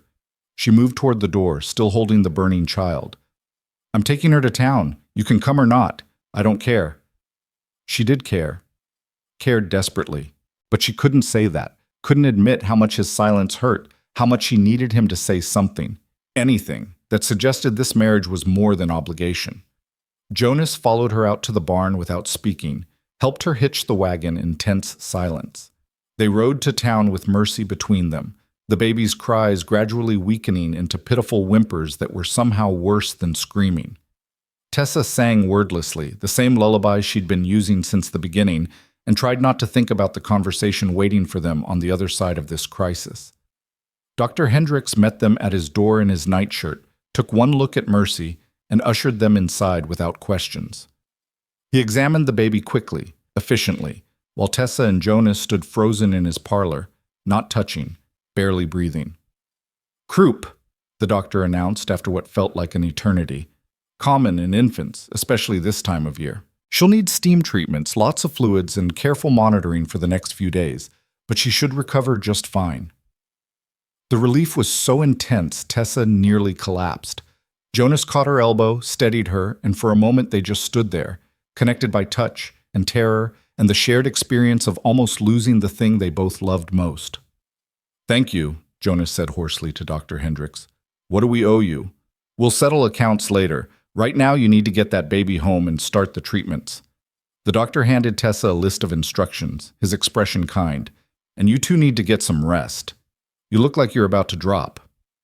They made it halfway home before Jonas pulled the wagon over, set the brake, and turned to face Tessa in the pre-dawn darkness. I didn't realize it was a mistake, he said quietly. Marrying you. Tessa kept her eyes on Mercy, who'd finally fallen into restless sleep. Jonas, I'm not good at this, he interrupted. At being vulnerable, at letting people in. Evelyn used to say I had walls made of stone, and she spent years trying to climb over them. His voice cracked. I thought I'd gotten better. But then she died, and the walls went back up, and I didn't even realize I was doing it. I'm not asking you to tear them down overnight. I know, but you deserve more than what I've been giving you. Jonas reached out, hesitated, then gently touched her hand where it rested on Mercy's back. You said you loved me. Tessa's breath caught. I shouldn't have. I'm glad you did. He turned her hand over, laced their fingers together. Because I need you to know something, Tessa. I'm not there yet. I can't say those words back to you, not honestly, but I want to be there. I want to feel what you feel, and I'm trying, I'm trying so hard to let myself believe I'm allowed to. Tears slipped down Tessa's cheeks. What if you never get there?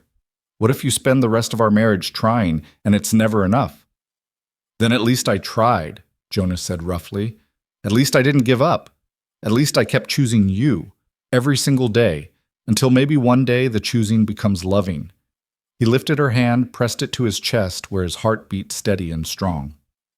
You matter to me, Tessa, more than I know how to say, and I'm sorry I've been so bad at showing it. Tessa closed her eyes, felt the warmth of his hand, the solid reality of him. It wasn't a declaration of love, wasn't a promise that everything would be perfect, but it was honest, real, more than she'd had yesterday. Okay, she whispered. Okay. They sat like that for a long moment, hands clasped, hearts aching, the baby sleeping between them. Then Jonas released her, picked up the reins, and drove them home as the sun broke over the mountains, painting everything gold. The next few days were brutal.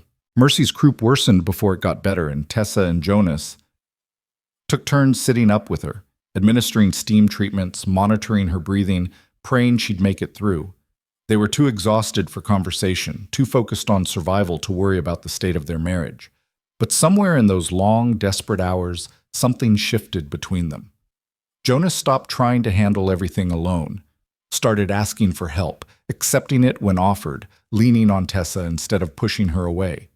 And Tessa stopped waiting for him to read her mind, started speaking up about what she needed, trusting that he'd listen even if he couldn't always deliver.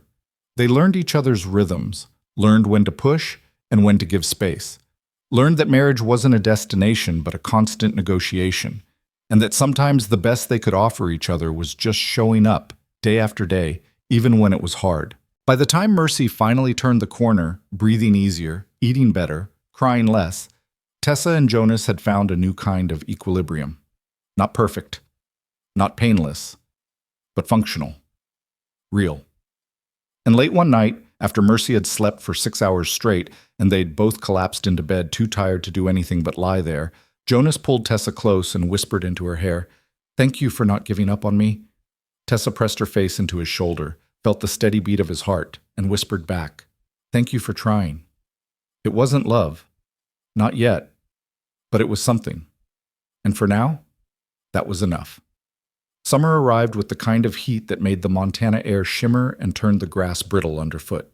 Mercy was thriving now, 6 months old, chunky and bright-eyed, learning to sit up on her own and babbling nonsense that Jonas and Tessa pretended to understand. The ranch was running smoothly. The gossip had finally died down to occasional whispers, and the marriage that had started as a desperate solution was beginning to feel like something more solid. Not comfortable exactly, but sustainable. Tessa had fallen into routines she hadn't expected to enjoy, baking bread every Tuesday, mending clothes on the porch, while Mercy napped, teaching the baby songs her own mother had sung.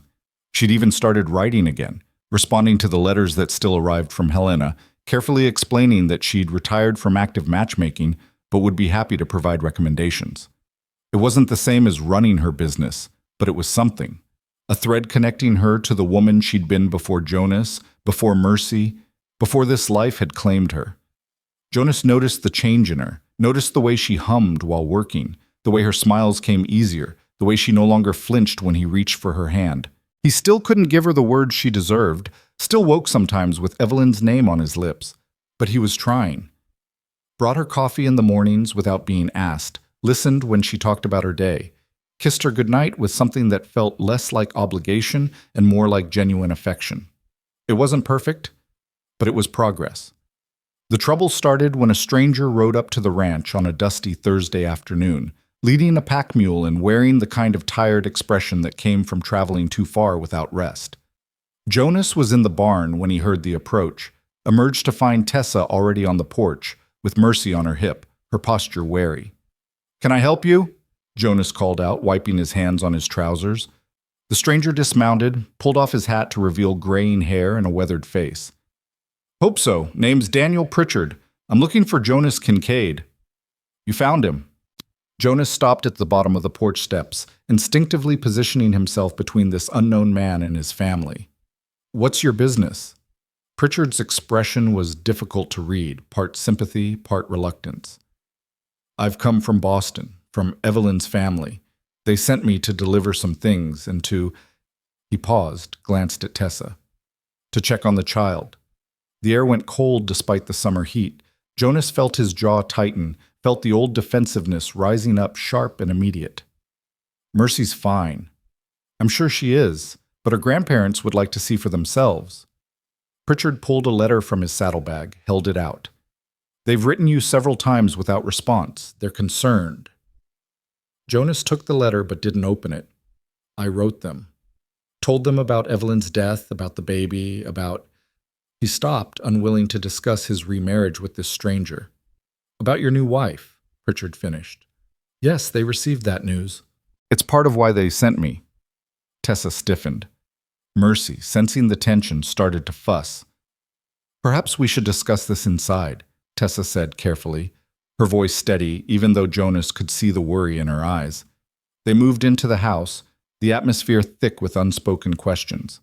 Pritchard sat at the kitchen table, accepted the coffee Tessa offered, and waited until Jonas finally opened the letter with hands that shook slightly despite his best efforts to stay calm. The words blurred as Jonas read them once, twice, trying to process what Evelyn's parents were asking. Demanding, really. They wanted Mercy brought east, wanted her raised in Boston, among her mother's family, with proper education and society and all the advantages a Montana ranch couldn't provide. They'd heard about Jonas's remarriage, how quickly it had happened, how scandalous the circumstances, and they questioned whether he was fit to raise their granddaughter. They can't do this, Jonas said flatly, setting the letter down. She's my daughter. Pritchard sighed, pulled out another document. They're not trying to take her away from you permanently, Mr. Kincaid. They're simply asking for a visit. 6 months? Maybe a year? Let them get to know her. Let her see where her mother came from. After that, if you still want her back, if... Jonas surged to his feet, the chair scraping violently across the floor. There's no if about it. Mercy stays here. With me. With Tessa. End of discussion. I understand your feelings, but no, you don't. Jonas's voice was shaking now, rage and fear tangling together. You don't understand what it cost me to keep going after Evelyn died. You don't understand that Mercy is all I have left of her, and you sure as hell don't understand what it would do to this family if you took her away. Pritchard looked uncomfortable. Mr. Kincaid, the Chamberlains are respected people, wealthy. They have resources, connections. They can give the child opportunities you simply can't provide out here. And if you refuse to cooperate, he tapped the second document he'd pulled out. They're prepared to pursue legal custody. The words hung in the air like a death sentence. Tessa made a small, wounded sound.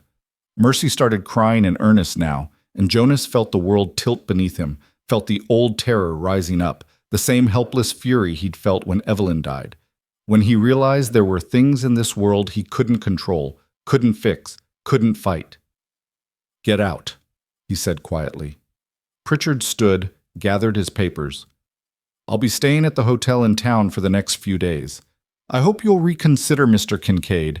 This doesn't have to be a fight. The Chamberlains just want to know their granddaughter. Get out, Jonas repeated, louder this time. Now! Pritchard left without another word.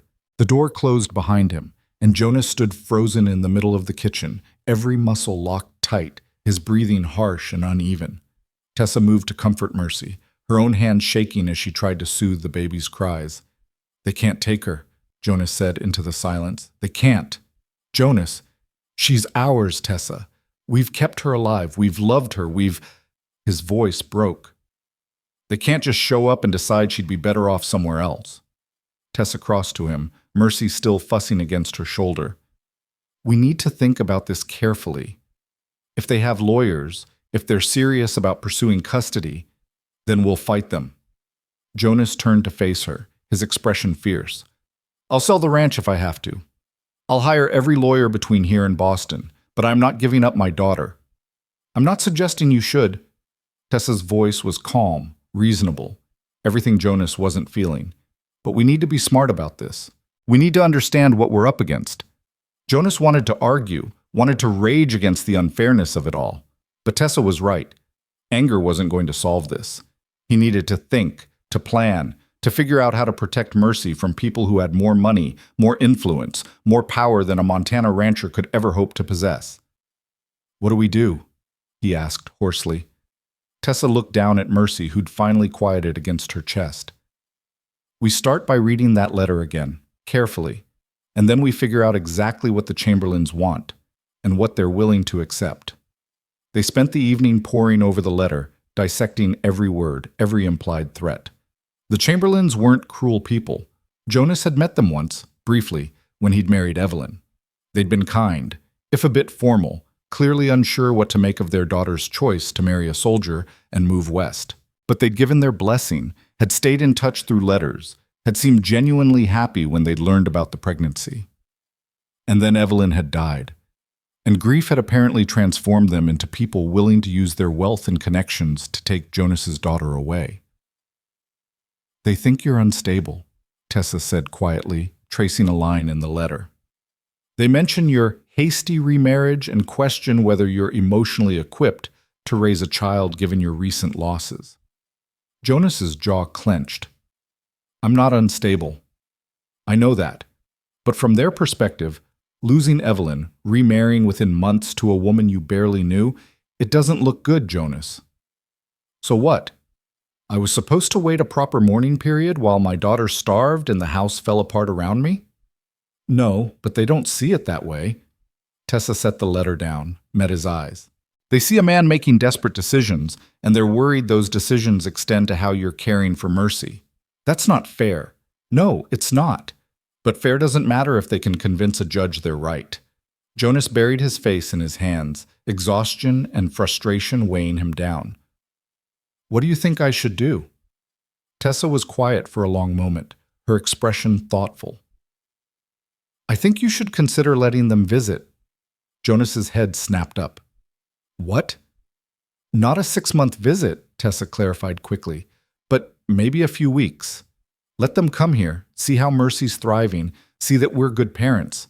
If we refuse outright, we look like we're hiding something. But if we cooperate, on our terms, we show them we're reasonable, responsible people who have Mercy's best interests at heart. And if they still try to take her, then we've at least demonstrated good faith, and we'll have witnesses who can testify that Mercy is happy, healthy, and well cared for. Tessa reached across the table, took his hand. Jonas, I know you want to fight, but sometimes the smartest thing to do is invite your enemies close enough to see that they're wrong. Jonas stared at her, this woman who'd walked into his grief and somehow become the steadiest thing in his life. She was right. He knew she was right. But the thought of Evelyn's parents anywhere near Mercy, judging his choices, questioning his fitness as a father, it made his chest tighten with protective fury. How long? He asked finally. 2 weeks, maybe 3. Long enough for them to satisfy their concerns, but not long enough for them to establish any kind of claim. And if they refuse? Then we've made a reasonable offer, and they're the ones being unreasonable. Tessa squeezed his hand. Trust me, Jonas, this is the right move. He didn't want to, wanted to barricade the ranch and dare the Chamberlains to try taking his daughter by force. But he trusted Tessa more than he trusted his own instincts right now, so he nodded. Okay, 2 weeks. Here, under our supervision. I'll draft the letter, Tessa said. We'll send it with Pritchard in the morning. Jonas pulled her close, pressed his forehead to hers. Thank you. For what? For being smarter than me. For keeping me from doing something stupid. Tessa smiled sadly. That's what wives are for. The response came faster than Jonas expected. 3 days later, Pritchard returned with a telegram confirming that the Chamberlains would arrive within the month for a 2-week visit. They were bringing Evelyn's sister Catherine and her husband as well. Additional witnesses, Jonas thought bitterly, or maybe reinforcements in case things turned ugly. The wait was excruciating. Jonas threw himself into ranch work, repairing everything that needed fixing and several things that didn't, just to keep his hands busy and his mind occupied. Tessa prepared the house with meticulous care, cleaning every corner, organizing supplies, making sure there would be no opportunity for criticism. And Mercy, oblivious to the storm gathering around her, continued to grow and thrive, learning to grab her toes and laugh at Jonas's terrible singing. What if they hate me? Tessa asked one night as they lay in bed, the question small and vulnerable in the darkness. Jonas rolled toward her, found her hand beneath the covers. Why would they hate you? Because I took Evelyn's place. Because I'm raising her daughter. Because I'm... She stopped, swallowed hard. Because I'm not her. They're not going to hate you. Jonas said it with more confidence than he felt. And even if they do, it doesn't matter. You're my wife, Mercy's mother. They don't get a say in that. Tessa was quiet for a moment. I'm scared, Jonas. What if they see something we've missed? What if they're right and Mercy would be better off? Don't. Jonas's voice was sharp. Don't even think that. Mercy belongs here, with us. Nothing they say or do is going to change that. Promise me something, Tessa whispered. Anything. Promise me that no matter what happens, we stay united. No letting them drive a wedge between us. No second guessing. No... I promise, Jonas interrupted. We're in this together, Tessa. All the way. She turned into him, pressed her face against his chest. I love her so much, she said, voice breaking. I can't lose her, Jonas. I can't. Jonas wrapped his arms around her, held her tight, and made promises he had no idea if he could keep. You won't. We won't. I'll make sure of it. The Chamberlains arrived on a bright August morning in a private coach that made every head in town turn. Margaret Chamberlain was a handsome woman in her 50s, dressed in expensive traveling clothes, her expression carefully neutral. Her husband, Robert, was tall and distinguished, with silver hair and the bearing of a man accustomed to being obeyed. And Catherine, Evelyn's younger sister, looked so much like her that Jonas felt his chest constrict the moment he saw her. Tessa stood beside him on the porch, Mercy in her arms, her posture perfectly poised despite the fear Jonas could feel radiating off her. They'd rehearsed this moment, planned what to say, how to present themselves. But now that it was here, all of Jonas's careful preparation evaporated. Margaret, Robert. He stepped down to greet them, extended his hand. Welcome. Margaret's eyes swept over him, assessing, then moved to Tessa. This must be your new wife. Tessa, Jonas said firmly. Tessa Kincaid. Mrs. Kincaid. Margaret's tone was polite but cool. Thank you for allowing us to visit. Of course. Tessa's voice was steady, gracious. You've traveled a long way. Please come inside. I'm sure you'd like to wash up and meet Mercy properly. They moved into the house, the atmosphere thick with tension. Catherine hovered near her parents, her eyes fixed on Mercy with an intensity that made Jonas instinctively step closer to Tessa. Robert examined the house with the careful attention of someone looking for flaws. And Margaret just watched everything with those sharp, assessing eyes. She's beautiful, Catherine breathed when Tessa finally offered to let her hold Mercy. She has Evelyn's eyes. She does, Tessa agreed softly. Would you like to hold her? Catherine took Mercy with the reverence of someone handling precious glass, and Jonas felt his throat tighten watching Evelyn's sister cradle Evelyn's daughter. There was so much grief in Catherine's face, so much longing, and Jonas realized with sudden clarity that these people weren't monsters trying to steal his child. They were family, aching from the same loss he was, desperate for connection to the daughter they'd buried. She's healthy? Margaret asked, her voice carefully controlled. Very, Tessa replied. She had a bout of croup a few months ago, but Dr. Hendricks saw her through it. She's growing well, eating well, meeting all her milestones. And you, Margaret turned to Tessa. You've had experience with infants? It was a test. They both knew it. Tessa met Margaret's eyes steadily. No, ma'am. Mercy is my first. But I've learned, and Jonas has been... She glanced at him, something warm in her expression. He's been a wonderful father, patient, devoted, present, everything a daughter could need. Margaret's expression didn't soften, but something shifted in her eyes. I see. The first few days were awkward, everyone moving around each other carefully, conversations stilted and formal. But gradually, as the Chamberlain saw Mercy thriving, saw the routines Tessa and Jonas had established, saw the obvious love in every interaction, the tension began to ease. Catherine was the first to truly warm to them. She'd lost her sister and clearly carried that grief like a physical weight. But she wasn't cruel, wasn't judgmental. She simply wanted to know Mercy, to tell her stories about Evelyn, to make sure some part of her sister lived on in this child. She would have loved seeing you with her, Catherine said to Jonas one afternoon as they watched Mercy play on a blanket in the yard. Evelyn always said you'd be an incredible father. Jonas's chest tightened. I'm trying. You're succeeding. Catherine glanced at him. And your wife, Tessa, she's good with Mercy. Patient. Kind. I can see how much she cares. She does. More than... Jonas stopped, swallowed. More than I probably deserve. Grief makes us all feel undeserving, Catherine said quietly, but maybe that's exactly when we need grace the most. Robert and Margaret were harder to win over. They watched everything with critical eyes, asked pointed questions about finances and education plans and long-term stability.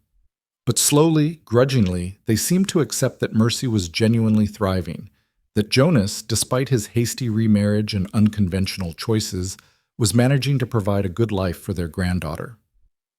The breaking point came during the second week, when Margaret finally asked the question they'd all been avoiding. Do you love her? Margaret asked Tessa one morning while they prepared breakfast together, the men outside with Mercy. My granddaughter, do you love her as your own? Tessa's hands stilled on the bread dough. She could lie, could say what Margaret wanted to hear. But something in the older woman's expression suggested she'd know. Yes, Tessa said simply. I love her like I carried her myself, like I labored for her, like she's the child I never thought I'd have. Margaret was quiet for a long moment. And my son-in-law, do you love him too? The question hit harder. Tessa looked down at her hands, at the ring Jonas had given her, at the life they'd built together out of desperation and grief and stubborn hope. I'm learning to, she said honestly. It's complicated. We both loved Evelyn in our own ways, and I think we're both still figuring out how to make room for something new without betraying what came before. That's a wise answer, Margaret said quietly. Wiser than I expected from someone so young. Tessa met her eyes. I don't want to replace your daughter, Mrs. Chamberlain. I can't. But I want to honor her memory by giving Mercy the best life I can, by being the mother she needs, even if I'll never be the mother she was meant to have. Margaret's eyes glistened. She reached out, covered Tessa's flour-dusted hand with her own. Thank you, she whispered, for loving them both. It was the turning point. After that conversation, the Chamberlains stopped looking for flaws and started seeing the family Mercy actually had. They told stories about Evelyn over dinner, shared photographs and mementos. They cried together over what had been lost and marveled together over what remained. And when their 2 weeks were up, when Pritchard arrived to collect them, Margaret pulled Tessa aside. I was wrong about you, she said bluntly. I thought you were taking advantage, but I can see now you saved them, both of them. Tessa's throat closed. I don't know about that. I do.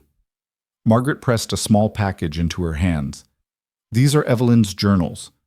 I want Mercy to have them someday, when she's old enough. But until then, she paused. I trust you to keep them safe, to help her understand where she came from. Tessa clutched the package, tears spilling over. Thank you. And if you ever need anything at all, you write to me. You're family now, Tessa. Don't forget that. The goodbyes were tearful, but peaceful. Catherine promised to visit again. Robert grudgingly admitted the ranch was perfectly adequate. And Margaret kissed Mercy's forehead, whispered something in her granddaughter's ear, and then let her go without fight or fuss. When the coach finally rolled away, Jonas and Tessa stood in the yard with Mercy between them, watching until it disappeared into the distance. That went better than expected, Jonas said finally. It did. Tessa looked down at the package in her hands, at the journals that contained pieces of Evelyn she'd never known. Jonas, I need to tell you something. He turned to her, concerned. What is it? When Margaret asked if I loved Mercy, I told her the truth, that I do, that she's mine in every way that matters. Tessa swallowed hard. But I didn't tell her the whole truth, that sometimes I'm terrified Mercy will grow up and resent me for not being Evelyn, that she'll look at me and see only the woman who took her mother's place. Jonas pulled her close, Mercy squirming between them. She's not going to resent you. She's going to love you, the same way I... He stopped, the words catching in his throat. Tessa looked up at him, hope and fear warring in her eyes. The same way you what? Jonas stared at her, This woman who'd walked into his grief and stayed, who'd fought for his daughter like she was her own, who'd faced down his demons and her own and never once walked away. And he realized with sudden, stunning clarity that somewhere between the terror and the gossip and the sleepless nights, he'd stopped just trying to love her. He actually did. "The same way I love you," he said hoarsely. "I love you, Tessa. Not because you saved me, not because you're good with mercy, but because you're you. And I can't imagine doing any of this without you." Tessa's breath caught. Tears spilled over. "You mean that?" "Every word." Jonas cupped her face, wiped the tears away with his thumbs. "I'm sorry it took me so long to say it. I'm sorry I made you wait and doubt and—" She kissed him, cutting off the apology. It was different this time, not desperate, not careful, but present. A kiss that said, "I'm here, you're here, we're both finally ready." When they pulled apart, both breathing hard, Mercy let out an indignant squawk at being squished between them. Jonas laughed, a real laugh, genuine and surprised. "Sorry, little one. Got carried away." Tessa smiled through her tears, reached down to smooth Mercy's dark hair. "We both did." They stood like that for a long moment, a family, imperfect and hard-won, finally whole. And for the first time since Evelyn died, Jonas felt like he could breathe. The confession changed everything and nothing all at once. Jonas didn't suddenly become a different man. He still woke sometimes with Evelyn's name on his lips, still carried grief like a stone in his chest. But now when he reached for Tessa in the darkness, it wasn't out of obligation or convenience. It was because he wanted her there, needed her there. Because somewhere in the chaos of the past months, she'd stopped being the woman who'd saved him and become the woman he couldn't imagine living without. Tessa felt the shift too, in the way Jonas looked at her over morning coffee, like he was seeing her for the first time, in the way he touched her now, not carefully, not apologetically, but with intention, in the small gestures that said, "I'm choosing you," louder than words ever could. A hand on the small of her back as they worked side by side. A kiss pressed to her temple when he thought she wasn't paying attention. The way he said her name, like it meant something more than just an identifier. They were learning each other all over again, not as desperate strangers bound by necessity, but as partners. As people who'd survived something hard together and come out stronger for it. Mercy thrived in the new atmosphere, as if she could sense that the foundation beneath her had finally solidified. At 8 months old, she was crawling everywhere, pulling herself up on furniture, babbling in increasingly complex sounds that Tessa swore were actual words, even though Jonas insisted they were just noise. She had Evelyn's dark eyes and stubborn chin, but her laugh was entirely her own, bright and uninhibited, the kind of sound that made even the hardest day feel bearable. "She's going to be walking before winter," Tessa predicted one afternoon, watching Mercy cruise along the edge of the sofa with determination written all over her small face. Jonas, mending a bridle in the corner, looked up and smiled. "Probably, and then we're in real trouble." "We're already in real trouble." Tessa caught Mercy as she stumbled, set her back on steady feet. "But it's the good kind." "The best kind," Jonas agreed. It was moments like these, ordinary, domestic, unremarkable, that made Jonas realize how far they'd come. 6 months ago, he'd been a man drowning in grief, barely able to function, convinced he'd never feel anything other than loss. Now he sat in a house that felt like a home, watching his daughter learn to walk and his wife laugh at her antics, and felt something he'd thought he'd lost forever. Hope. The letter arrived in late September, carried by a ranch hand who'd picked up mail in town. Tessa was kneading bread when Jonas brought it in, the envelope thick and official-looking, addressed in Margaret Chamberlain's precise script. "It's from Evelyn's mother," Jonas said, setting it on the table. Tessa wiped her hands on her apron, a flutter of anxiety moving through her chest.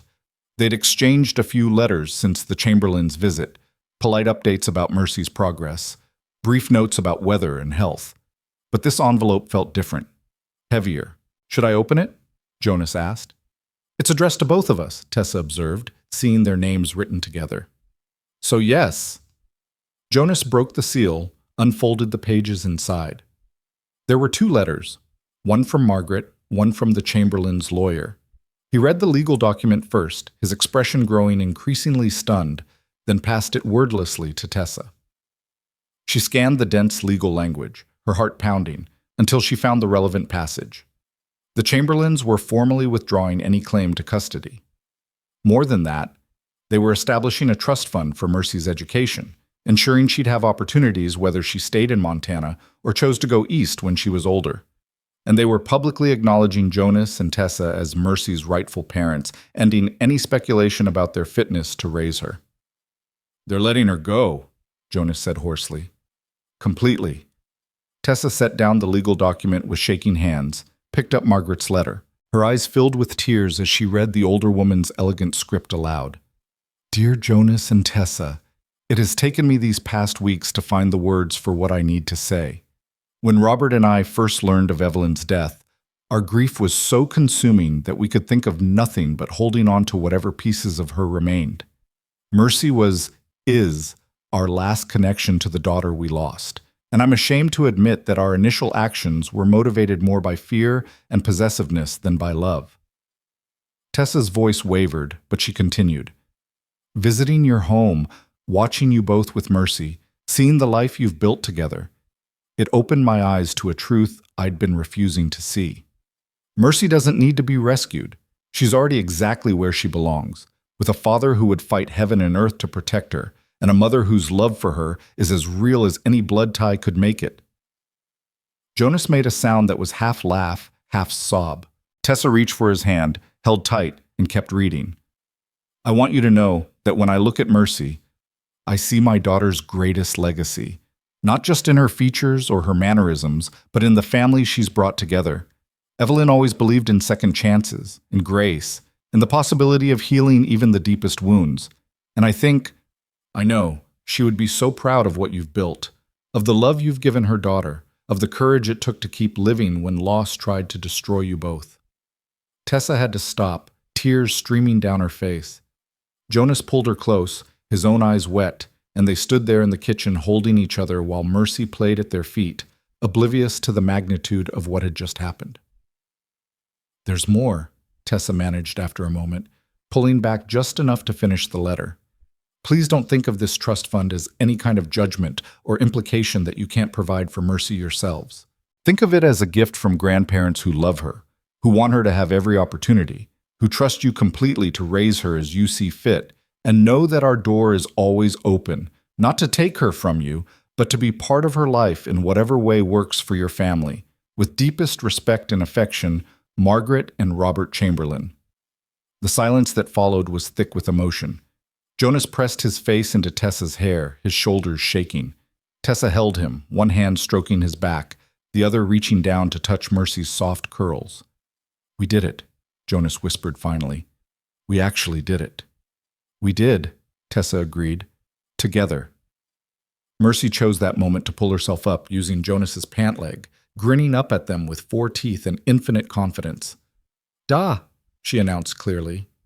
Then, turning to Tessa, "Ma." They both froze, stared at their daughter, then at each other. "Did she just—" Jonas started. "Her first words," Tessa breathed. Both of them at once.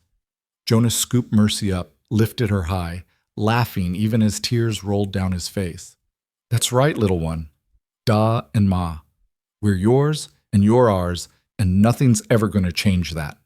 Mercy giggled, delighted by the attention, and repeated the words like they were the most important discovery in the world.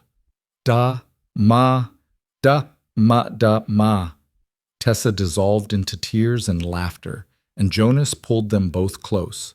This family he'd never planned for but couldn't imagine living without. And in that moment, standing in the kitchen with bread dough forgotten and joy overflowing, the last piece of the broken thing inside him finally healed. Word of the Chamberlains' decision spread through the valley with surprising speed.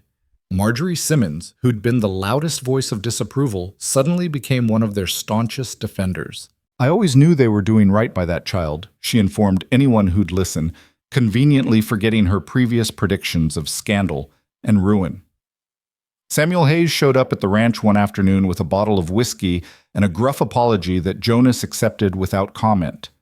Even Martha Hendricks stopped by with a basket of preserves and a grudging admission that perhaps she'd been too quick to judge. Tessa handled the sudden reversal of public opinion with grace, though Jonas could see the bitter amusement in her eyes. Funny how winning changes perception, she observed one evening after another well-wisher had left their porch. You're not bitter? Jonas asked. About what? That it took an official letter from wealthy Bostonians to convince people we were good parents? Tessa shook her head.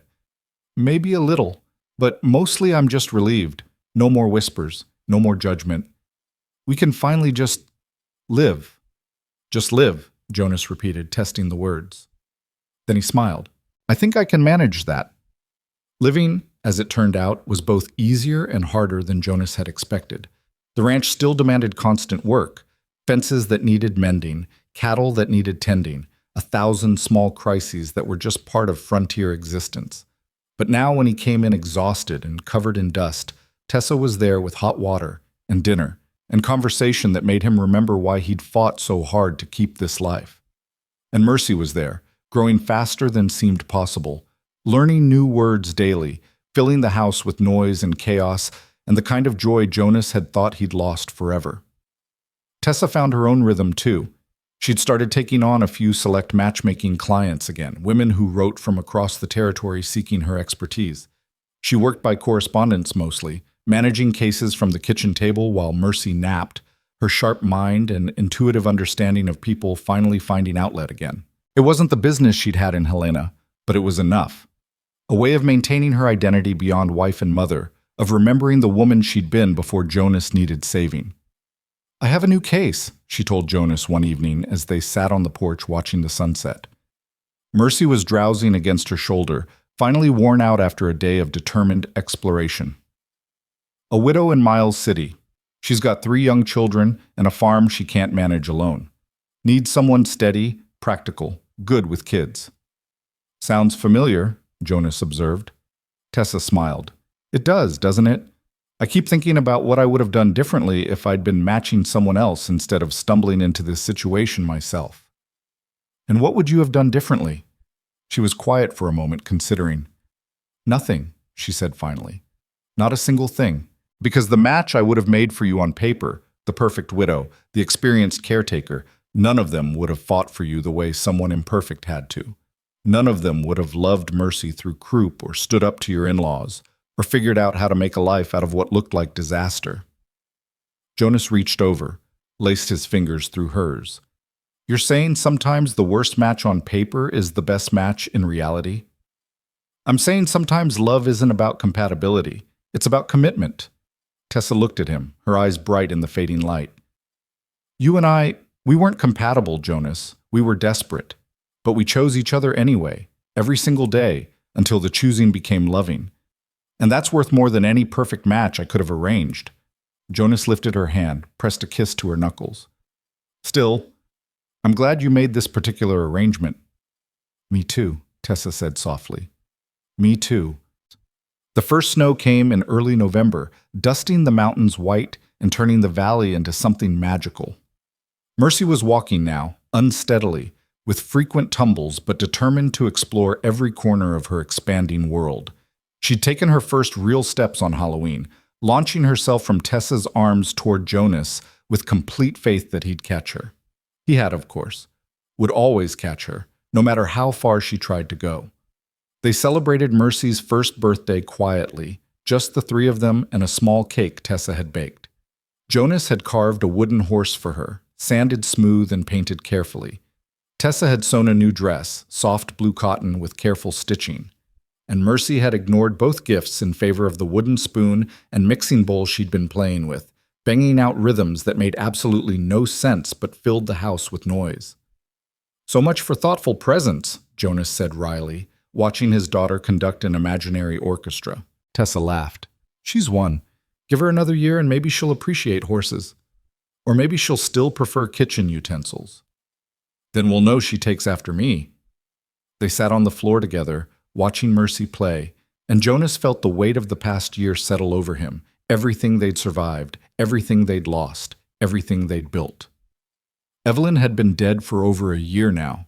Mercy had lived longer without her mother than with her, and Jonas had somehow found a way to keep loving the woman he'd lost while falling in love with the woman who'd stayed. Do you think she'd approve? Jonas asked quietly. Evelyn, of all this? Tessa knew immediately what he meant. I think she'd approve of Mercy being loved, of you being happy, of the life we've built that honors her memory without being trapped by it. That's very diplomatic. It's also true. Tessa leaned against his shoulder. I read some of her journals, the ones Margaret gave me. And Jonas, she was so full of life, so full of hope. She wouldn't want you frozen in grief. She'd want exactly what you have now, a daughter who's thriving, a ranch that's prospering, someone who loves you and isn't afraid of your broken pieces. Jonas closed his eyes, felt tears threaten. I still miss her. I know, and you always will. But that's okay, Jonas. Missing her doesn't mean you can't love me. Hearts don't work like that. They expand. They make room. They hold both grief and joy without diminishing either one. He turned to her, this woman who understood him in ways he hadn't thought possible, who'd given him permission to be complicated and broken and still worthy of love. When did you get so wise? Probably around the time I decided to marry a grieving widower and raise his infant daughter, Tessa said lightly.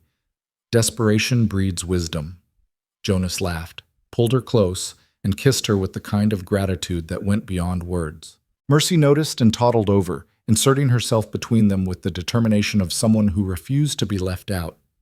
They made room for her without thinking, this child who'd brought them together, who'd taught them both that love didn't have to be perfect to be real. Winter deepened. Snow piled high against the house, and Jonas spent long days ensuring the livestock stayed fed and sheltered. Tessa kept the home fires burning, both literally and figuratively, maintaining warmth and order even when the outside world turned brutal. They fell into patterns that felt almost domestic. Jonas teaching Mercy animal sounds while Tessa cooked, Tessa reading aloud in the evenings while Jonas carved toys, both of them taking turns with middle-of-the-night wakings when Mercy had nightmares or needed comfort. It was during one of those quiet winter nights, with snow falling thick outside and the house warm and secure, that Jonas finally did the thing he'd been avoiding for months. He took down the tin box of letters he'd written to Evelyn, the ones Tessa had found so long ago, and opened it with Tessa beside him. I need to write one more, he said quietly. One last letter. To say goodbye properly. Tessa handed him paper and pen without a word, then retreated to give him privacy. But Jonas called her back. No, stay, please. He swallowed hard. I need a witness. Someone to help me let go. So Tessa sat beside him while he wrote, her hand resting on his shoulder, her presence anchoring him as he found the words for what he needed to say. Dearest Evelyn, I don't know if you can read this, wherever you are. I don't know if spirits watch over the living or if death is just silence. But I need to say these things anyway, if only to release them. Mercy is beautiful. She's strong and stubborn and so full of life that sometimes I can barely breathe watching her. She has your eyes, your determination, your fearlessness. And every day I see more of you in her, even as she becomes entirely herself. I've remarried.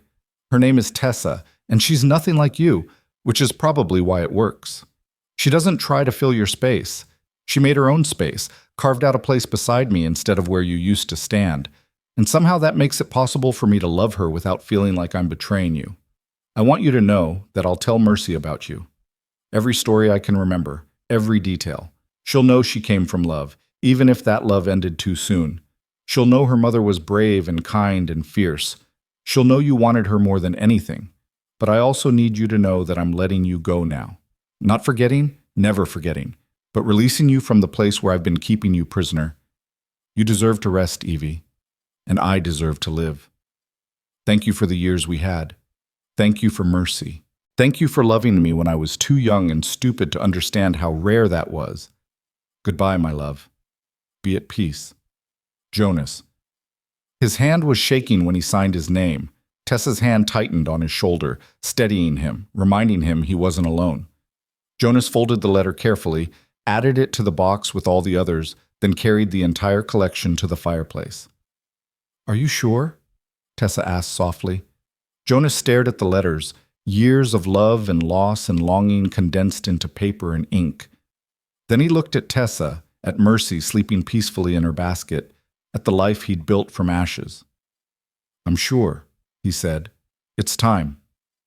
He fed the letters to the fire one by one, watching them curl and blacken and disappear. Each page released felt like a weight lifting, like chains breaking, like a door closing on the past so a new one could open on the future. Tessa stayed beside him through it all, silent witness to his grief and his healing, understanding that this wasn't about erasing Evelyn, but about making peace with her absence. When the last letter had burned, Jonas pulled out the photograph, the one of Evelyn on their wedding day, and started to add it to the flames. "Wait," Tessa said, catching his wrist. "Not that. That belongs to Mercy. She should have something of her mother besides memories." Jonas looked at the photograph, at Evelyn's smile frozen forever in that moment of joy, and knew Tessa was right. This wasn't his to destroy. It was Mercy's inheritance, proof that she came from love. "Thank you," he said hoarsely. Tessa took the photograph, set it aside carefully.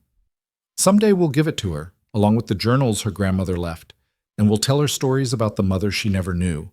But Jonas," she turned to face him fully, "we'll also tell her about the life we built after, about second chances and stubborn matchmakers, and the way love can surprise you when you're not looking for it." Jonas pulled her close, buried his face in her hair. "I love you," he said. "God help me, Tessa, I love you so much." "I know," she whispered. "I've known for a while now, but I'm glad you finally said it without sounding surprised." He laughed, actually laughed, and kissed her properly, deeply, without reservation or guilt. And when they finally pulled apart, both breathing hard, Tessa smiled up at him with something like wonder. "We made it," she said, "through the grief and the gossip and the terror. We actually made it." "We did," Jonas agreed. "Together." Spring came late that year, but when it finally arrived, it felt like a benediction. The snow melted, revealing brown grass that would soon turn green. Calves were born, fences were repaired, and life resumed its usual demanding pace. Mercy turned into a chattering toddler who had opinions about everything and the vocabulary to express approximately none of them clearly. Tessa's matchmaking business picked up as word spread that the woman who'd matched herself to Jonas Kincaid clearly understood something about love that others didn't. And Jonas finally felt like the ranch, the life, belonged to him again instead of to Evelyn's ghost. They were on the porch one evening in late May, watching Mercy chase chickens with uncoordinated enthusiasm, when Jonas pulled out the envelope he'd been carrying in his pocket for days. "I wrote to the matchmaking office in Helena," he said, "officially closing my case. I thought I should do it properly." Tessa raised an eyebrow. "That case has been closed for a year, Jonas." "I know, but I never sent the formal letter, never made it official." He handed her the envelope. "I thought maybe you'd want to read it before I sent it." Tessa opened the letter, her eyes scanning Jonas's careful handwriting. He'd written it simply, factually, but with an honesty that made her throat close. "To whom it may concern, I am writing to formally close the case opened in my name last year requesting matchmaking services. The case was resolved by Miss Tessa Breyer, who is no longer available for consultation as she became Mrs. Tessa Kincaid in the spring. I want to note for your records that Miss Breyer demonstrated exceptional skill, compassion, and dedication in handling a situation that became far more complicated than either of us anticipated. She didn't just find me a match, she became one. She saved my life and my daughter's life, and built a home out of what looked like ruins. If anyone ever asks for a recommendation for matchmaking services, tell them Tessa Kincaid set the standard. Tell them she understood that sometimes the best matches aren't made on paper, but are forged in fire. Tell them she proved that love isn't about perfection. It's about showing up every single day until the showing up becomes loving. Thank you for sending her to me. I didn't deserve her, but I'll spend the rest of my life trying to be worthy of the choice she made. Respectfully, Jonas Kincaid." Tessa's eyes were wet by the time she finished reading. She folded the letter carefully, slipped it back in the envelope, and handed it to Jonas with shaking hands. "That's the most beautiful thing anyone's ever written about me," she managed. "It's just the truth." "It's more than truth, it's—" She stopped, shook her head.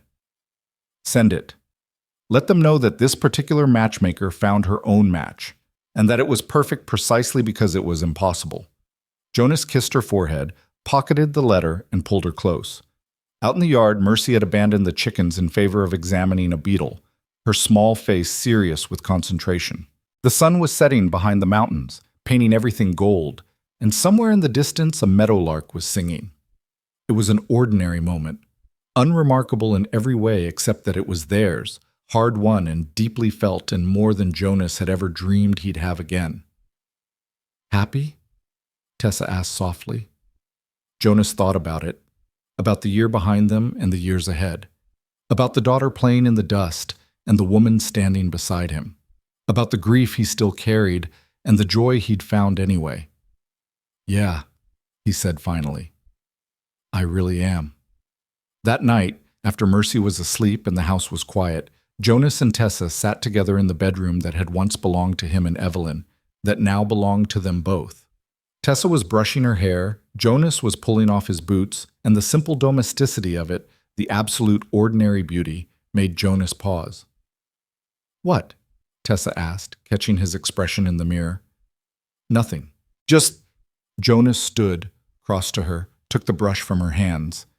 "Just realizing this is what I was looking for all along. Not someone to replace what I lost, just someone to build something new with." Tessa turned on the bench, looked up at him. "And is it enough? This life we've made?" "It's everything," Jonas said simply. He knelt down, took her hands. "You're everything." She leaned forward, kissed him softly. "Then let's keep building," she whispered against his lips. "Let's make this life so full of love that there's no room left for ghosts."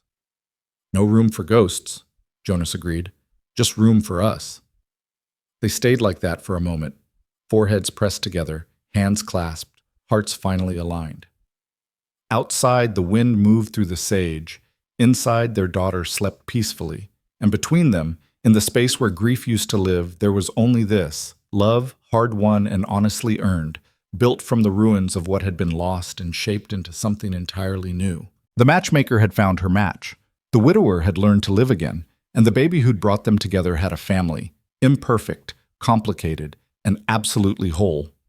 Years later, when Mercy was old enough to understand, they would tell her the story about the matchmaker who marched up a dusty Montana path with a clipboard and determination, about the widower who didn't know he needed saving, about the baby who wouldn't stop crying until the right person held her, about grief and gossip and grandparents and grace, about second chances and stubborn hearts and the way love can bloom in the most unlikely soil. They would show her the photograph of the mother she never knew, read her passages from Evelyn's journals, make sure she understood where she came from and how deeply she was wanted. But they would also show her the life that came after. The evidence that love doesn't end when someone dies. It transforms. That families can be built from broken pieces. That sometimes the greatest gift you can give someone is permission to start over. And Mercy would grow up knowing she was the bridge between two loves, the one that ended too soon and the one that started just in time. She would understand that her father's heart was big enough to hold both her mothers, that grief and joy could coexist, that the truest kind of family was the one you chose every single day. But that was years away. Tonight, Jonas and Tessa simply held each other in the darkness, grateful for the life they'd built, the daughter they shared, and the unexpected grace of finding love when neither of them was looking for it. The matchmaker's last case had been her own. And against all odds, against every reasonable expectation, it had been the perfect match after all. Not because it was easy, not because it was what either of them had planned, but because they'd chosen it, chosen each other, every single day, until the choosing became loving, and the loving became living, and the living became home. And that, in the end, was everything.